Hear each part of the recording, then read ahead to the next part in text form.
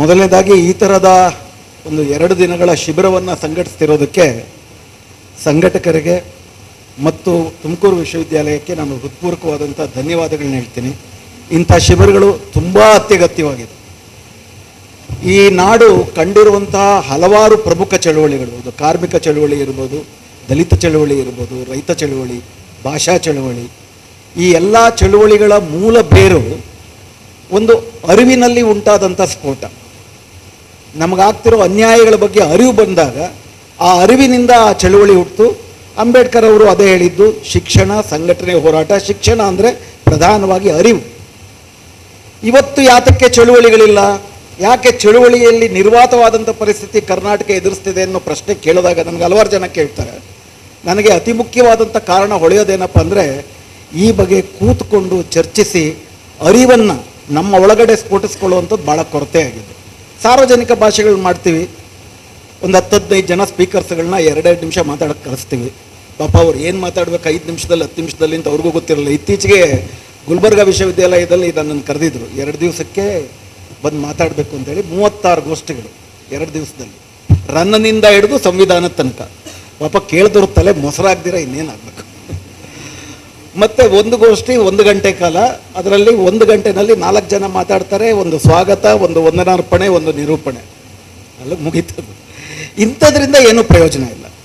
ಒಂದು ವಿಷಯವನ್ನು ಇಟ್ಕೊಂಡು ಅದರ ಹಲವು ಆಯಾಮಗಳನ್ನು ಅರ್ಥ ಮಾಡ್ಕೊಳ್ಳೋದು, ಅದರ ಮೂಲಕ ನಮ್ಮೊಳಗಿನ ಪ್ರಶ್ನೆಗಳನ್ನು ನಾವು ಬಗೆಹರಿಸ್ಕೊಂಡಾಗ ಏನು ಮಾಡಬೇಕು, ನಾವು ನಮ್ಮ ಮುಂದೆ ಇರೋ ಸವಾಲೇನು ಅನ್ನೋದು ಸ್ಪಷ್ಟ ಆಗ್ತದೆ.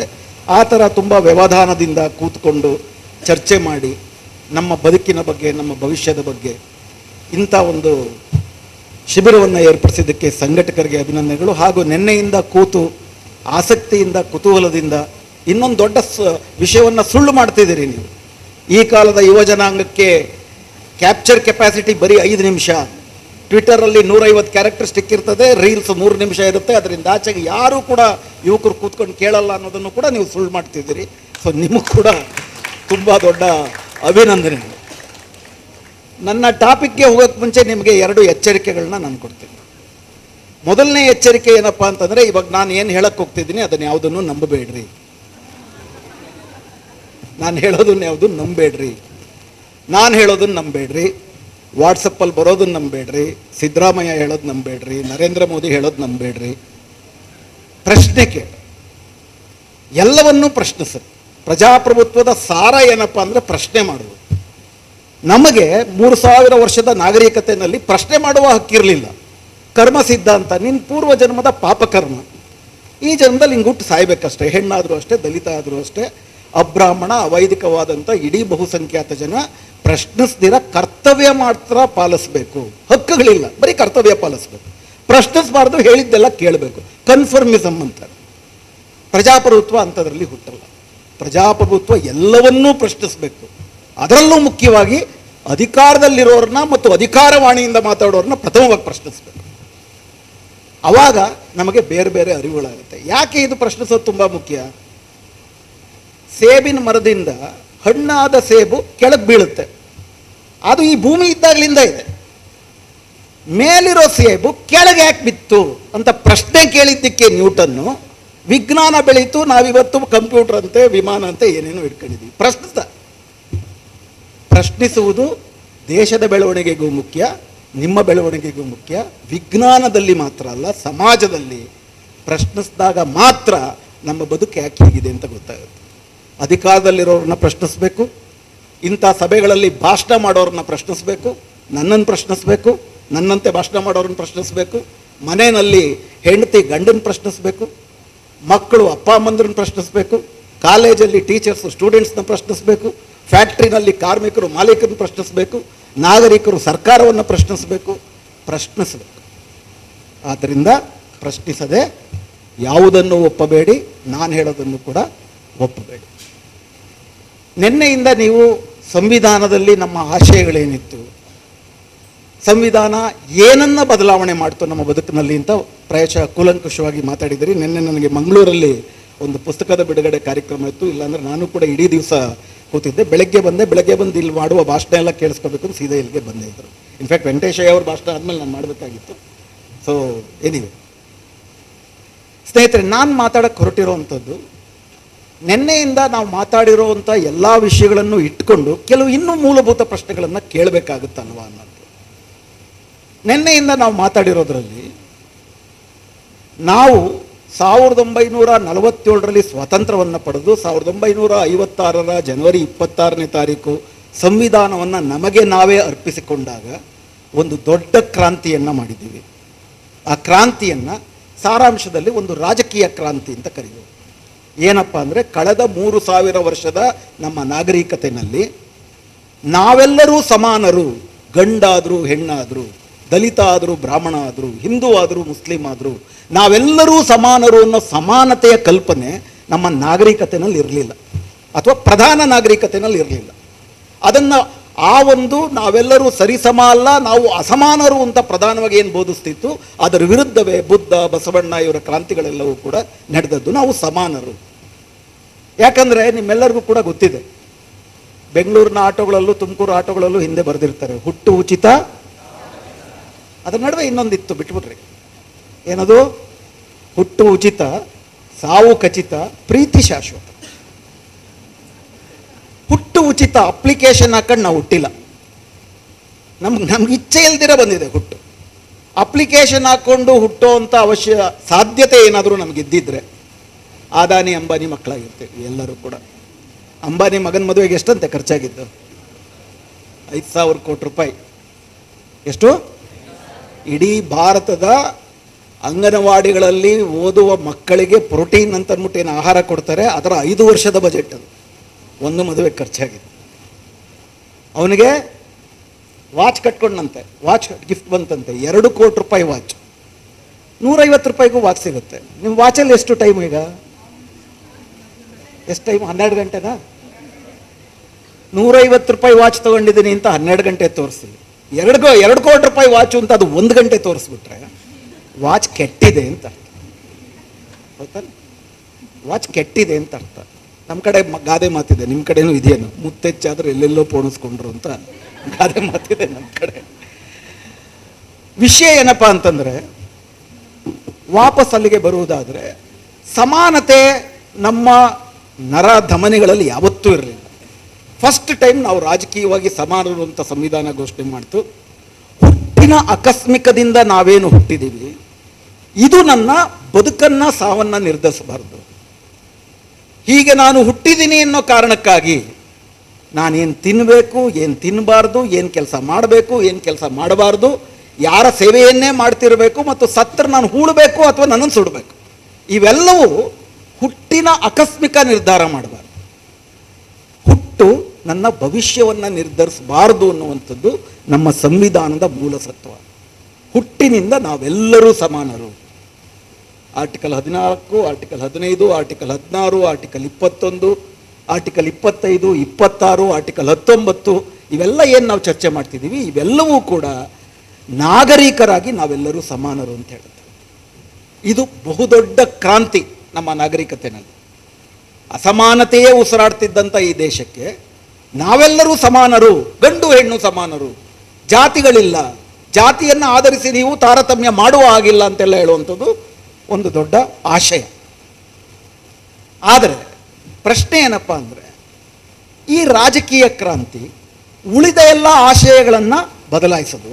ಉದಾಹರಣೆಗೆ, ಅಂಬಾನಿಗೂ ಒಂದೇ ಓಟು, ನನಗೂ ಒಂದೇ ಓಟು. 75ರ ಎಮರ್ಜೆನ್ಸಿನಲ್ಲಿ ಕಣ್ಣನ್ನಂತಾನೆ ಒಬ್ಬ ಕವಿ ಬರೆದ, ಬಿರ್ಲಾನಿಗೂ ಒಂದೇ ಓಟು, ಬೋರೇಗೌಡನಿಗೂ ಒಂದೇ ಓಟು. ಬಿರ್ಲಾನಿಗೂ ಒಂದೇ ಓಟು, ಬೋರೇಗೌಡನಿಗೂ ಒಂದೇ ಓಟು. ಆಹಾ, ಎಂಥ ಅದ್ಭುತ ಪ್ರಜಾಪ್ರಭುತ್ವ! ಆದರೆ ಪ್ರತಿ ಬಾರಿ ಬಿರ್ಲಾ ಗೆಲ್ಲುತ್ತಾನೆ, ಬೋರೇಗೌಡ ಸೋಲುತ್ತಾನೆ. ಯಾಕೆ? ರಾಜಕೀಯ ಪ್ರಜಾತಂತ್ರ ಇದೆ. ರಾಜಕೀಯ ಪ್ರಜಾತಂತ್ರ, ನಾವೆಲ್ಲರೂ ಕೂಡ ರಾಜಕೀಯವಾಗಿ ನಮ್ಮೆಲ್ಲರಿಗೂ ಕೂಡ ಒಂದೇ ಓಟು. ಅಂಬೇಡ್ಕರ್ ಇದೇ ಪ್ರಶ್ನೆಯನ್ನು ಕೇಳ್ತಾರೆ. ಈ ಹಿಂದಿನ ಗೋಷ್ಠಿನಲ್ಲಿ ಮಾತಾಡಿದಂಥ ಡಾಕ್ಟರ್ ಶ್ರೀನಿವಾಸ್ ಅವರು ಅದನ್ನು ಹೇಳಿದರು. ಅವರ ಅಂತಿಮ ಭಾಷಣದಲ್ಲಿ 1949ರ ನವೆಂಬರ್ 25ನೇ ತಾರೀಕು ಸಂವಿಧಾನವನ್ನು ಈ ದೇಶಕ್ಕೆ ಅರ್ಪಿಸಿ ಮಾಡಿದಂಥ ಒಂದು ಭಾಷಣದ ಒಂದು ಭಾಗವನ್ನು ಶ್ರೀನಿವಾಸ್ ಹೇಳಿದರು. ಹೆಂಗೆ ನಮ್ಮ ದೇಶದ ಒಳಗಿನ ಒಡಕೆ ಹೊರಗಿನವ್ರಿಗೆ ನಮ್ಮ ನಾಳಕ್ಕೆ ಆಹ್ವಾನ ಮಾಡ್ತು ಅಂತ. ಅಷ್ಟು ಮಾತ್ರ ಅಲ್ಲ, ಆ ಭಾಷಣದ ಕೊನೆಯ ಪ್ಯಾರವನ್ನು ದಯವಿಟ್ಟು ತಾವೆಲ್ಲರೂ ಕೂಡ ಮನನ ಮಾಡ್ಕೋಬೇಕು. ನಾವು ಸಂವಿಧಾನದ ಪ್ರಿಯಾಂಬಲ್ನ ಎಷ್ಟು ನಾವು ಮನನ ಮಾಡ್ಕೋತೀವೋ, ಅಂಬೇಡ್ಕರ್ ಕೊಟ್ಟ ಎಚ್ಚರಿಕೆಯನ್ನು ಅಷ್ಟೇ ಮನನ ಮಾಡ್ಕೋಬೇಕು ಅಂತ ನನಗನ್ಸುತ್ತೆ. ಏನು ಹೇಳ್ತಾರೆ ಆ ಕೊನೆ ಪ್ಯಾರದಲ್ಲಿ? ನಾವು ಇಂದು ವೈರುಧ್ಯಮಯವಾದ ಯುಗವನ್ನು ಪ್ರವೇಶಿಸುತ್ತಿದ್ದೇವೆ. ಯಾವಾಗ ಹೇಳ್ತಾ ಇದ್ದಾರೆ? 1949 ನವೆಂಬರ್ 25ನೇ ತಾರೀಕು ಸಂವಿಧಾನವನ್ನು, ಬೃಹತ್ ಸಂವಿಧಾನವನ್ನು, ಮಹತ್ವದ ಸಂವಿಧಾನವನ್ನು, ಅತ್ಯುತ್ತಮವಾದಂಥ ಸಂವಿಧಾನವನ್ನು ಬರೆದವರೇ ದೇಶಕ್ಕೆ ಎಚ್ಚರಿಕೆ ಕೊಡ್ತಿದ್ದಾರೆ. ಇವತ್ತು ನಾವು ವೈರುಧ್ಯಮಯವಾದಂಥ ಯುಗವನ್ನು ಪ್ರವೇಶಿಸುತ್ತಿದ್ದೇವೆ. ಏನದು ವೈರುಧ್ಯ? ರಾಜಕೀಯವಾಗಿ ನಾವೆಲ್ಲರೂ ಸಮಾನರು. ಒಬ್ಬ ಮನುಷ್ಯರಿಗೆ ಒಂದು ಓಟಿಗೆ ಒಂದು ಮೌಲ್ಯ. ಆದರೆ ಸಾಮಾಜಿಕವಾಗಿ ಮತ್ತು ಆರ್ಥಿಕವಾಗಿ ಒಬ್ಬ ಮನುಷ್ಯನಿಗೆ ಒಂದು ಮೌಲ್ಯವಿದೆಯಾ? ಇಲ್ಲ. ಯಾಕಂದರೆ ಕನ್ನಡ ಅನುವಾದ ಓದಕ್ಕೆ ಹೋಗ್ಬಿಡಿ, ಇಂಗ್ಲೀಷ್ ಓದಿ. ಕನ್ನಡ ಅನುವಾದದಲ್ಲಿ ಒಂದು ವಾಕ್ಯ ಬಿಟ್ಟುಬಿಡ್ತಾರೆ ಯಾವಾಗಲೂ ಕೂಡ. By reasons of the institution that we pursue. ಸ್ವಾತಂತ್ರ್ಯಾನಂತರವೂ ಕೂಡ ನಾವು ಅನುಸರಿಸಿಕೊಂಡು ಹೋಗುವ ಸಂಸ್ಥೆಗಳ ಕಾರಣದಿಂದಾಗಿ ಈ ದೇಶದಲ್ಲಿ ಸಾಮಾಜಿಕವಾಗಿ ಮತ್ತು ಆರ್ಥಿಕವಾಗಿ ಅಸಮಾನತೆ ಮುಂದುವರಿಯುತ್ತದೆ. ಒಂದು ಕಡೆ ರಾಜಕೀಯವಾಗಿ ಸಮಾನರು, ಇನ್ನೊಂದು ಕಡೆ ಸಾಮಾಜಿಕವಾಗಿ ಆರ್ಥಿಕವಾಗಿ ಅಸಮಾನರು. ಈ ಅಸಮಾನತೆ ಆದಷ್ಟು ಬೇಗ ನಿಲ್ಲಲಿಲ್ಲ ಅಂತಂದರೆ, ಯಾರ ಹೆಸರಿನಲ್ಲಿ ನಾವು ಈ ರಾಜಕೀಯ ಪ್ರಜಾತಂತ್ರದ ಸೌಧವನ್ನು ನಿರ್ಮಿಸಿದ್ದೇವೆಯೋ ಅವರೇ ಈ ರಾಜಕೀಯ ಸೌಧವನ್ನು ಸ್ಫೋಟಿಸುತ್ತಾರೆ ಅಂತ ಹೇಳ್ತಾರೆ. ಯಾರು ಹೇಳಿದ್ದನ್ನು? ಸಂವಿಧಾನವನ್ನು ನಿರ್ಮಾಣ ಮಾಡದಂಥ ಅಂಬೇಡ್ಕರ್ ಅವರು ಎಚ್ಚರಿಕೆ ಕೊಡ್ತಾರೆ. ಎಚ್ಚರಿಕೆಯ ಸಾರ ಏನು? ಒಬ್ಬರಿಗೆ ಒಂದು ಓಟು ಅನ್ನುವ ರಾಜಕೀಯ ಪ್ರಜಾತಂತ್ರ ಸಾಮಾಜಿಕವಾಗಿ ಮತ್ತು ಆರ್ಥಿಕವಾಗಿಯೂ ಕೂಡ ನಮ್ಮ ದೇಶದಲ್ಲಿ ಸಮಾನತೆಯನ್ನು ತರಲಿಲ್ಲ ಅಂದರೆ, ಸಾಮಾಜಿಕವಾಗಿ ಆರ್ಥಿಕವಾಗಿ ನಮ್ಮ ದೇಶದಲ್ಲಿ ಸಮಾನತೆ ತರಬೇಕು ಅಂದರೆ ತರದೇ ಇರುವುದಕ್ಕೆ ಕಾರಣ by reasons of the institutions. ಎರಡು ಇನ್ಸ್ಟಿಟ್ಯೂಷನ್ಸ್ ಕಾರಣ. ಮೊದಲನೇ ಇನ್ಸ್ಟಿಟ್ಯೂಷನ್ನು ಬ್ರಾಹ್ಮಣಶಾಹಿ ಜಾತಿ ವ್ಯವಸ್ಥೆ, ಎರಡನೇದು ಬಂಡವಾಳಶಾಹಿ ವ್ಯವಸ್ಥೆ. ಜಾತಿ ವ್ಯವಸ್ಥೆ ಮತ್ತು ಬಂಡವಾಳಶಾಹಿ ವ್ಯವಸ್ಥೆ ಈ ದೇಶದಲ್ಲಿ ಆರ್ಥಿಕ ಅಸಮಾನತೆಯನ್ನು ಮತ್ತು ಸಾಮಾಜಿಕ ಅಸಮಾನತೆಯನ್ನು ಮುಂದುವರಿಸ್ಕೊಂಡು ಹೋಗುತ್ತೆ.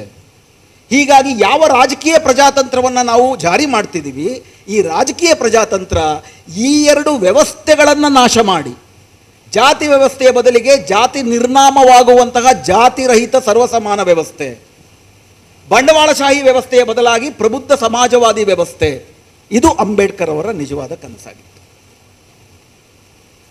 ಅದನ್ನು ನೀವು ಮಾಡಲಿಲ್ಲ ಅಂತಂದರೆ ಈ ರಾಜಕೀಯ ಪ್ರಜಾತಂತ್ರಕ್ಕೆ ಯಾವ ಅರ್ಥವೂ ಇರುವುದಿಲ್ಲ ಅಂತ ಅವರು ಸ್ಪಷ್ಟವಾಗಿ ಹೇಳ್ತಾರೆ. ಸೊ ಹೀಗಾಗಿ ಇವತ್ತು ನಾನು ಮಾತಾಡುವ ಒಂದು ಅರ್ಧ ಮುಕ್ಕಾಲು ಗಂಟೆ ಭಾಷಣದಲ್ಲಿ ಜಾಸ್ತಿ ಮಾತಾಡಲ್ಲ, ಹೆದರ್ಕೋಬೇಡಿ, ಸಂವಾದದಿಂದ ಮಾತನ್ನು ಮುಂದುವರಿಸೋಣ. ಅದರಲ್ಲಿ ನಾನು ಪ್ರಧಾನವಾಗಿ ಹೇಳಬೇಕಂತಿದ್ದು ಅಂಬೇಡ್ಕರ್ಗೆ ಇದ್ದಂಥ ಸಂದೇಹಗಳೇನು, ಈ ಸಂವಿಧಾನ ಸಫಲವಾಗದೇ ಹೋಗಬಹುದು ಅನ್ನುವುದರ ಬಗ್ಗೆ ಅಂಬೇಡ್ಕರ್ಗೆ ಇದ್ದಂಥ ಸಂದೇಹಗಳೇನು, 75 ವರ್ಷ ಆದ ನಂತರ ನಾವು ಹಿಂತಿರುಗಿ ನೋಡಿದ್ರೆ ಆ ಸಂದೇಹಗಳಿಗೆ ಸತ್ಯ ಇತ್ತ ಇವೆರಡು ಪ್ರಶ್ನೆಗಳನ್ನು ನಾವು ಇಟ್ಕೊಂಡು ಚರ್ಚೆ ಮಾಡಬೇಕು. ಯಾಕಂದರೆ ಅವಾಗಲೇ ನಾವು ಮಾತಾಡೋದಲ್ಲ, ಬೇವು ಬಿತ್ತಿ ಮಾವು ಬೆಳವ ಛಲವು ಬೇಡ ಮಾನವ, ಬೇವು ಬಿತ್ತರೆ ಬೇವು ಬರುತ್ತೆ. ನಾವು ಬಿತ್ತಿದ್ದು ಬೇವ 1950 ಜನವರಿ 26ಕ್ಕೆ, ಅಥವಾ ಮಾವ, ಅಥವಾ ಅವೆರಡು ಕಸಿಯಾಗಿದ್ದ. ಇದನ್ನು ನಾವು ಚರ್ಚೆ ಮಾಡಬೇಕಾಗಿದೆ. ಅಂಬೇಡ್ಕರ್ ಅವರ ಬರಹ ಭಾಷಣಗಳಲ್ಲಿ ನೀವು ನೋಡಿದ್ರೆ ಈ ಬಗೆಯ ಹಲವು ಎಚ್ಚರಿಕೆಗಳು ಬೇರೆ ಬೇರೆ ಕಾಲದಲ್ಲಿ ಅವರು ನಮಗೆ ಕೊಟ್ಟಿದ್ದಾರೆ.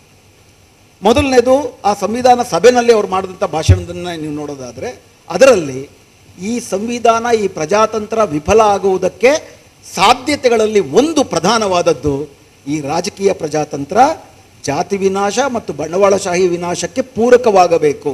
ಅದಾಗಲಿಲ್ಲ ಅಂತಂದರೆ ರಾಜಕೀಯ ಪ್ರಜಾತಂತ್ರ ವಿಫಲ ಆಗುತ್ತೆ. ಎಲ್ಲಕ್ಕಿಂತ ಮುಖ್ಯವಾಗಿ ಅವರು ಎತ್ತಿದ್ದಂಥ ಪ್ರಶ್ನೆ ಏನು, ಒಂದು ದೇಶ ಅಥವಾ ಒಂದು ಧರ್ಮ ತನ್ನಂತೆ ತಾನೇ ಉಳಿಬೇಕು ಅಂತಂದರೆ ಬಂಧುತ್ವ ಇರಬೇಕು. ಲಿಬರ್ಟಿ, ಈಕ್ವಾಲಿಟಿ ಆ್ಯಂಡ್ ಫ್ರೆಟರ್ನಿಟಿಯ ಬಗ್ಗೆ ನಾವು ಸುಮಾರಷ್ಟು ಮಾತಾಡ್ತೀವಿ.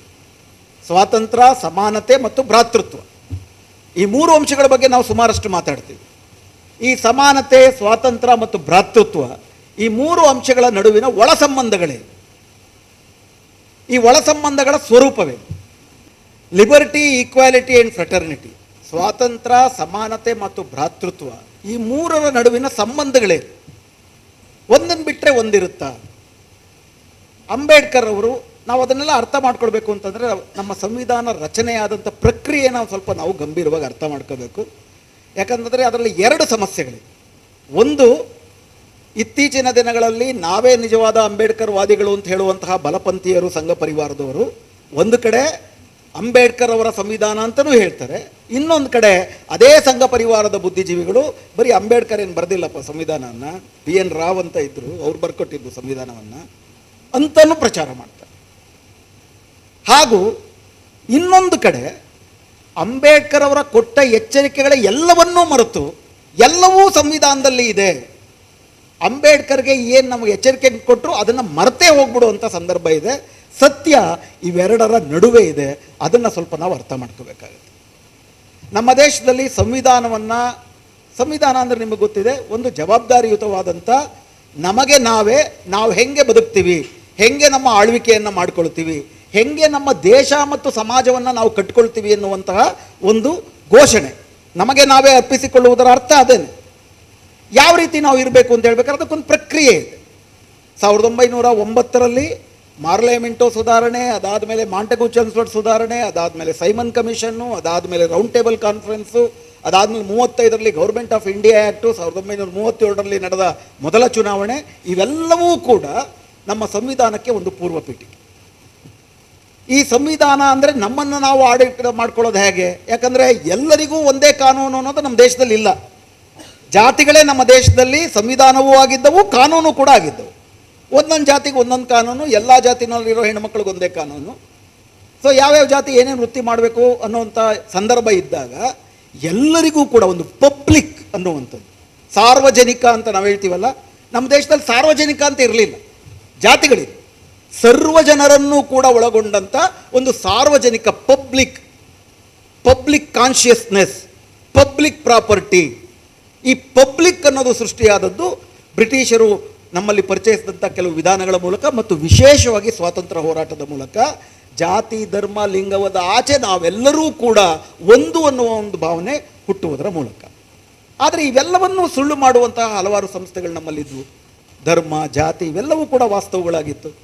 ನೀವು ಏನೇ ಹೇಳಿ ವಿಷಯದಲ್ಲಿ ಅಸ್ಪೃಶ್ಯರನ್ನು, ವಿಶೇಷವಾಗಿ ಹಿಂದೂ ಧರ್ಮ, ಹಿಂದೂಗಳು ಅಂತಂದ್ಬಿಟ್ಟು ಯಾವತ್ತೂ ಪರಿಗಣಿಸಿರಲಿಲ್ಲ. ಇವತ್ತು ನಾವು ಅರ್ಥ ಮಾಡ್ಕೋಬೇಕಾದ್ರೆ ಯಾವತ್ತಿಗೂ 1932ರ ರೌಂಡ್ ಟೇಬಲ್ ಕಾನ್ಫರೆನ್ಸ್ನವರೆಗೂ ಕೂಡ ಕಾಂಗ್ರೆಸ್ ಆಗಲಿ, ಹಿಂದೂ ಮಹಾಸಭಾ ಆಗಲಿ ಅಸ್ಪೃಶ್ಯರನ್ನು ಹಿಂದೂ ಚೌಕಟ್ಟಿನ ಒಳಗಿರೋರು ಅಂತ ಒಪ್ಕೊಂಡೇ ಇರಲಿಲ್ಲ. ಅವರು ಅವರಣೀಯರು, ಹೊರಗಡೆ ಇದ್ದವರಾಗಿ. ಯಾವಾಗ ಕೋಮುವಾರು ಪ್ರಾತಿನಿಧ್ಯ ಅಂತ ಬಂತು ಈ ಪ್ರಜಾಪ್ರಭುತ್ವದ ಚಲನೆಯ ಭಾಗವಾಗಿ, ಯಾವ್ಯಾವ ಧರ್ಮದವ್ರು ಎಷ್ಟೆಷ್ಟು ಜನ ಇದ್ದಾರೋ ಅವ್ರವ್ರಿಗೆ ಅಷ್ಟಷ್ಟು ಜನ ಮೆಂಬರ್ಶಿಪ್ ಕೊಡ್ತೀವಿ ಅಂತ ಬಂದರೆ, ಸೀಟುಗಳು ಕೊಡ್ತೀವಿ ಅಂತ ಬಂದಾಗ ಕಾಂಗ್ರೆಸ್ಗೆ ತನ್ನ ಸಂಖ್ಯೆ ಜಾಸ್ತಿ ಮಾಡ್ಕೋಬೇಕು ಅಂತಂದರೆ ಅಸ್ಪೃಶ್ಯರು, ಹಿಂದೂಗಳು ಅಂತ ಅಂದ್ಬಿಟ್ಟು ತೋರಿಸಲೇಬೇಕಾದ ಅಗತ್ಯ ಬಂತು. ಆದರೆ ಅಷ್ಟೊತ್ತಿಗಾಗಲೇ ಅಂಬೇಡ್ಕರ್ ಅವರು 1927ರಿಂದ ಜಗತ್ತಿನ ಅತಿ ದೊಡ್ಡ ನಾಗರಿಕ ಚಳುವಳಿಯನ್ನು ಪ್ರಾರಂಭಿಸಿದರು. ಏನದು ನಾಗರಿಕ ಚಳುವಳಿ? ಹುಟ್ಟಿನಿಂದ ನಾವು ಸಹೋದರರಾಗಿ ಬೆಳೆದಿರುವ ನಮ್ಮೆಲ್ಲರೂ ಕೂಡ ಸಮಾನ ನಾಗರಿಕರು. ನಮಗೂ ಕೂಡ ಸಾರ್ವಜನಿಕವಾದಂಥ ಕೆರೆಯಲ್ಲಿ ಕುಡಿಯುವ ನೀರಿನ ಹಕ್ಕಿದೆ. ನಾವು ಕೂಡ ಹಿಂದೂ ಅಂತಂದರೆ ದೇವಸ್ಥಾನಕ್ಕೆ ಬಂದು ದೇವರನ್ನ ಪೂಜೆ ಮಾಡುವ ಹಕ್ಕಿದೆ. ನಾವು ನಿಮ್ಮಂತೆ ಮನುಷ್ಯರು, ನಾವು ನಿಮ್ಮಂತೆ ನಾಗರಿಕರು ಅಂತೇಳಿ ಭಾರತದ ಇತಿಹಾಸದಲ್ಲಿ ಮೊಟ್ಟ ಮೊದಲ ಬಾರಿಗೆ ಅಂಬೇಡ್ಕರ್ ಅವರ ನೇತೃತ್ವದಲ್ಲಿ ಅಸ್ಪೃಶ್ಯರು ನಾಗರಿಕ ಹಕ್ಕುಗಳನ್ನು ಚಳುವಳಿ ಮಾಡಿದ್ರು. ಮಹಾಡ್ ಚಳುವಳಿ ಅಂತ ನೀವೆಲ್ಲ ಕೇಳಿದ್ದೀರಿ. 27ರಲ್ಲಿ ಸಾರ್ವಜನಿಕ ಕೆರೆಯಲ್ಲಿ ಕುಡಿಯೋ ನೀರು. ಅದಕ್ಕೇನೇನಾಯಿತು? 1927ರ ಮಾರ್ಚಲ್ಲಿ ಏನಾಯಿತು? 27ರ ಡಿಸೆಂಬರ್ನಲ್ಲಿ 2 ಚಳುವಳಿಗಳಾಗ್ತವೆ. ಇಡೀ ಸವರ್ಣೀಯ ಸಮುದಾಯ ಕೆರೆಯಲ್ಲಿ ಕುಡಿಯೋಕ್ಕೆ ನೀರು ಕೊಡೋದಿಲ್ಲ ಮತ್ತು ಬ್ರಿಟಿಷ್ ಪ್ರಭುತ್ವ ಏನೊಂದು ಸವರ್ಣೀಯ ಜಾತಿ ವ್ಯವಸ್ಥೆ ಇತ್ತು ಅದನ್ನು ಅಲುಗಾಡಿಸೋದಕ್ಕೆ ಅವರು ಸಿದ್ಧವಾಗದಿರ ಅಂಬೇಡ್ಕರ್ಗೆ ಮೋಸ ಮಾಡ್ತಾರೆ. ಅದಾದಮೇಲೆ ಅಂಬೇಡ್ಕರ್ರು ನಾವೆಲ್ಲ ಹಿಂದೂಗಳು ಅಂತಂದರೆ ನಾವೆಲ್ಲ ಒಂದೇ ಅಂದರೆ ನಮ್ಮ ದೇವರು ಕೂಡ ಒಬ್ಬನೇ ಆಗಬೇಕಲ್ಲ, ದೇವ್ರನ್ನ ನೋಡೋಕ್ಕೆ ಬಿಡಿ ಅಂತ ಅಂದ್ಬಿಟ್ಟು ಕಾಲಾರಾಮ್ ದೇವಸ್ಥಾನದ ಪ್ರವೇಶದ ಪ್ರಯತ್ನ ಮಾಡ್ತಾರೆ. ದೊಡ್ಡ ಹಗರಣ ನಡೆಯುತ್ತೆ. ಮತ್ತೆ ಬ್ರಿಟಿಷ್ ವ್ಯವಸ್ಥೆ ಈ ಸವರ್ಣೀಯ ಸೋಷಿಯಲ್ ಆರ್ಡರ್ನ ಬದಲಾವಣೆ ಮಾಡ್ದಿರ ಬ್ರಾಹ್ಮಣೀಯ ವ್ಯವಸ್ಥೆನ ಬೆಂಬಲಿಸುತ್ತೆ. ಇವೆಲ್ಲದರಿಂದ ಅಂಬೇಡ್ಕರ್ ಅರ್ಥ ಮಾಡಿಕೊಳ್ಳುವ ಪ್ರಮುಖ ವಿಷಯ ಏನಪ್ಪ ಅಂದರೆ, ಹಿಂದೂ ಧರ್ಮದ ಒಳಗಡೆ ನಾಗರಿಕ ಸುಧಾರಣೆಗಳು ಸಾಧ್ಯವಿಲ್ಲ. ಹಿಂದೂ ಧರ್ಮದ ಮಾನವೀಕರಣ ಸಾಧ್ಯ ಇಲ್ಲ. ಹಿಂದೂ ಧರ್ಮ ನಿಂತಿರುವುದೇ ಜಾತಿಯ ಆಧಾರದ ಮೇಲೆ, ಜಾತಿ ನಿಂತಿರುವುದೇ ಅಮಾನುಷವಾದಂಥ ಶ್ರೇಣೀಕರಣದ ಆಧಾರದ ಮೇಲೆ. ಇದರಲ್ಲಿ ಏನಾದರೂ ಸುಧಾರಣೆ ಬರಬೇಕು ಅಂತಂದರೆ ಹಿಂದೂ ಸಮುದಾಯದ ಬುದ್ಧಿಜೀವಿ ವರ್ಗ, ಬ್ರಾಹ್ಮಣ ವರ್ಗ, ಅವರು ಸುಧಾರಣೆಯನ್ನು ಮಾಡಬೇಕು. ಆದರೆ ನನ್ನ ಇಡೀ ಜೀವನದ ಅನುಭವ ಏನು ಹೇಳುತ್ತೆ, ಈ ಸುಧಾರಣೆಗೆ ಬ್ರಾಹ್ಮಣರು ಯಾವತ್ತೂ ಸಿದ್ಧರಾಗೋದಿಲ್ಲ, ಯಾಕಂದರೆ ಅವ್ರು ಕಳ್ಕೊತಾರೆ ಅದರಲ್ಲಿ. ಹೀಗಾಗಿ ಹಿಂದೂ ಧರ್ಮದ ಒಳಗಿದ್ದುಕೊಂಡು ನಾನು ಮನುಷ್ಯನಾಗಲಾರೆ. ನಾನು ಮನುಷ್ಯನಾಗಬೇಕಂತಂದರೆ ನಾನು ಅಸ್ಪೃಶ್ಯತೆಯ ಮೂಲ ಎಲ್ಲಿದೆ? ಜಾತಿಯಲ್ಲಿದೆ. ಜಾತಿಯ ಮೂಲ ಎಲ್ಲಿದೆ? ಧರ್ಮದಲ್ಲಿದೆ. ಆದ್ದರಿಂದ ಹಿಂದೂ ಧರ್ಮದಿಂದ ಹೊರಗಡೆ ಹೋಗ್ತೀನಿ ನಾನು ಅಂತ 1935ರಲ್ಲಿ ಅವ್ರು ಘೋಷಣೆ ಮಾಡ್ತಾರೆ. ಘೋಷಣೆ ಮಾಡಿದ ತಕ್ಷಣ ಹಿಂದೂ ಮಹಾಸಭಾಗೆ ಎಲ್ಲ ಕಡೆನೂ ಕೂಡ ಪ್ರಾಬ್ಲಮ್ ಆಗಿಬಿಡುತ್ತೆ.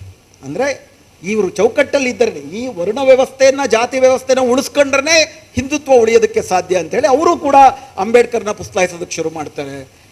ಕಾಂಗ್ರೆಸ್ನವರು ಕೂಡ ಸಂಖ್ಯೆ ಕಡಿಮೆ ಆಗೋಗುತ್ತೆ ಅಂತ ಪುಸ್ಲಾಯಿಸೋಕ್ಕೆ ಶುರು ಮಾಡ್ತಾರೆ.